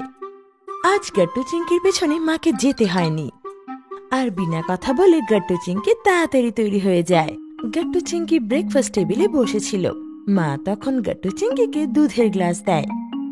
গাট্টু চিঙ্কি, রোজকার মতো দুধ খাওয়ার জন্য কিন্তু বাহানা করো না, আজকে ভালো ছেলের মতো দুধ খেয়ে নিও। নিশ্চয়ই মা, এক্ষুনি করছি। আর সঙ্গে সঙ্গে গাট্টু আর চিঙ্কি নিজের দুধের গ্লাস শেষ করে ফেলে। এটা দেখে মা বাবা অবাক হয়ে যায়। কি ব্যাপার গাট্টু চিঙ্কি, হ্যাঁ তোমরা দুজন তো খুব ভালো বাচ্চা হয়ে গেছো, আজ আমি খুবই খুশি। থ্যাংক ইউ বাবা, বড়দের কথা শোনা উচিত, এটা একটা ভালো অভ্যেস। এখন থেকে আমরা রোজ বাহানা না করে দুধের গ্লাস শেষ করব। ভেরি গুড গাট্টু চিঙ্কি, কিন্তু তোমার তো রোজ 10 মিনিট পরে বেরো। হ্যাঁ মা, কিন্তু এরপর থেকে রোজ স্কুলে আমাদের সময়ের আগে পৌঁছাতে হবে, এটা একটা ভালো অভ্যেস, আর এরপর থেকে স্কুলে আর লেট হব না। দেখলে তুমি আমাদের বাচ্চারা কত বুদ্ধিমান হয়েছে। গাট্টু চিঙ্কি বাবার সাথে স্কুলের জন্য রওনা হয়। সন্ধেবেলায় তারা বাড়ি ফিরে আসে আর তাদের ব্যাগ আর জুতো সঠিক জায়গায় রেখে দেয় আর ইউনিফর্ম চেঞ্জ করে নিচে খেলতে চলে যায়। এইভাবে রোজ গাট্টু চিঙ্কি সকালে উঠে আর নিজের দুধ খেয়ে নেয় আর স্কুলে ঠিক মতো পড়াশোনা করে সন্ধেবেলায় ফিরে খেলতে চলে যায়। চিঙ্কি, আজ স্কুল যেতে অনেক সময় আছে, চলো আমরা টিভি দেখি। হ্যাঁ গাট্টু, অনেক দেরি আছে, আর টিভিতে নতুন কার্টুন শো এসেছে, চল না দেখি। তো গাট্টু চিঙ্কি টিভির সামনে বসে যায় আর স্কুলের সময় হতেই বাবার সাথে স্কুলের জন্য রওনা দেয়। এদিকে মা গাট্টু চিঙ্কিকে লক্ষ্য করছিল যে গাট্টু চিঙ্কি রোজ সকালে উঠে যাচ্ছিল আর উঠে টিভির সামনে বসে যেত আর স্কুলের সময় হতেই বাবার সাথে স্কুলে চলে যেত। আজ আবার গাট্টু চিঙ্কি স্কুলে যাওয়ার আগে টিভির সামনে বসে। তো মা বলে, গাট্টু চিঙ্কি, রোজ রোজ টিভির সামনে বসে নিজের অভ্যেস কেন খারাপ করছো? কি মা, আমরা তো তাড়াতাড়ি উঠে যাচ্ছি, আর স্কুলে যাওয়ার জন্য তো এখনো অনেক সময় বাকি থাকে, এই জন্যই তো টিভি দেখছি, এতে আমাদের অভ্যেস কেন খারাপ হবে? হ্যাঁ মা, বেঁচে থাকার সময়তেই তো আমরা টিভি দেখছি। বাবা, অভ্যেস সেই জিনিসকে বলে যা তোমার রোজ রোজ করার ফলে অভ্যেসে দাঁড়িয়ে যায় আর তোমার রোজকার রুটিনেও যোগ হয়ে যায়। এর মানে কি মা?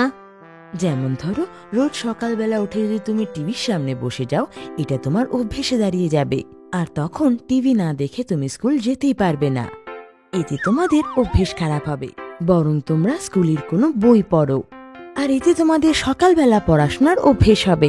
আরে হ্যাঁ মা, যখন স্কুলের টিচার শেখায় তখন তো মাথায় কার্টুন শোই চলতে থাকে। চিঙ্কি তো আমার কথা বুঝতে পেরেছে, কিন্তু গাট্টু, তুমি কি আমার কথা বুঝেছো? বুঝে গেলাম মা, আমাদের সকালের সময়টাকে ভালো করে ব্যবহার করা উচিত। তাড়াতাড়ি ওঠার অভ্যাস তো হয়ে গেছে, কিন্তু টিভি দেখার খারাপ অভ্যাসটাও সকাল সকাল হওয়া উচিত নয়। মা, এখন থেকে আমরা এই অভ্যাসটাকে কন্টিনিউ করব না। Thank you. আরে বাবা, নিজের মাকে কখনো থ্যাংক ইউ বলে? মা, আমাদের স্যার বলেছেন কেউ যদি আমাদের সাহায্য করে তাহলে ওদেরকে থ্যাংক ইউ বলা উচিত।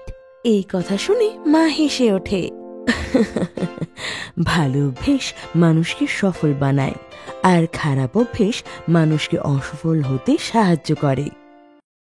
আপনাদের যদি আমাদের ভিডিও ভালো লেগে থাকে তো আমাদের ভিডিওকে লাইক করুন, কমেন্ট করুন আর সাবস্ক্রাইব করুন।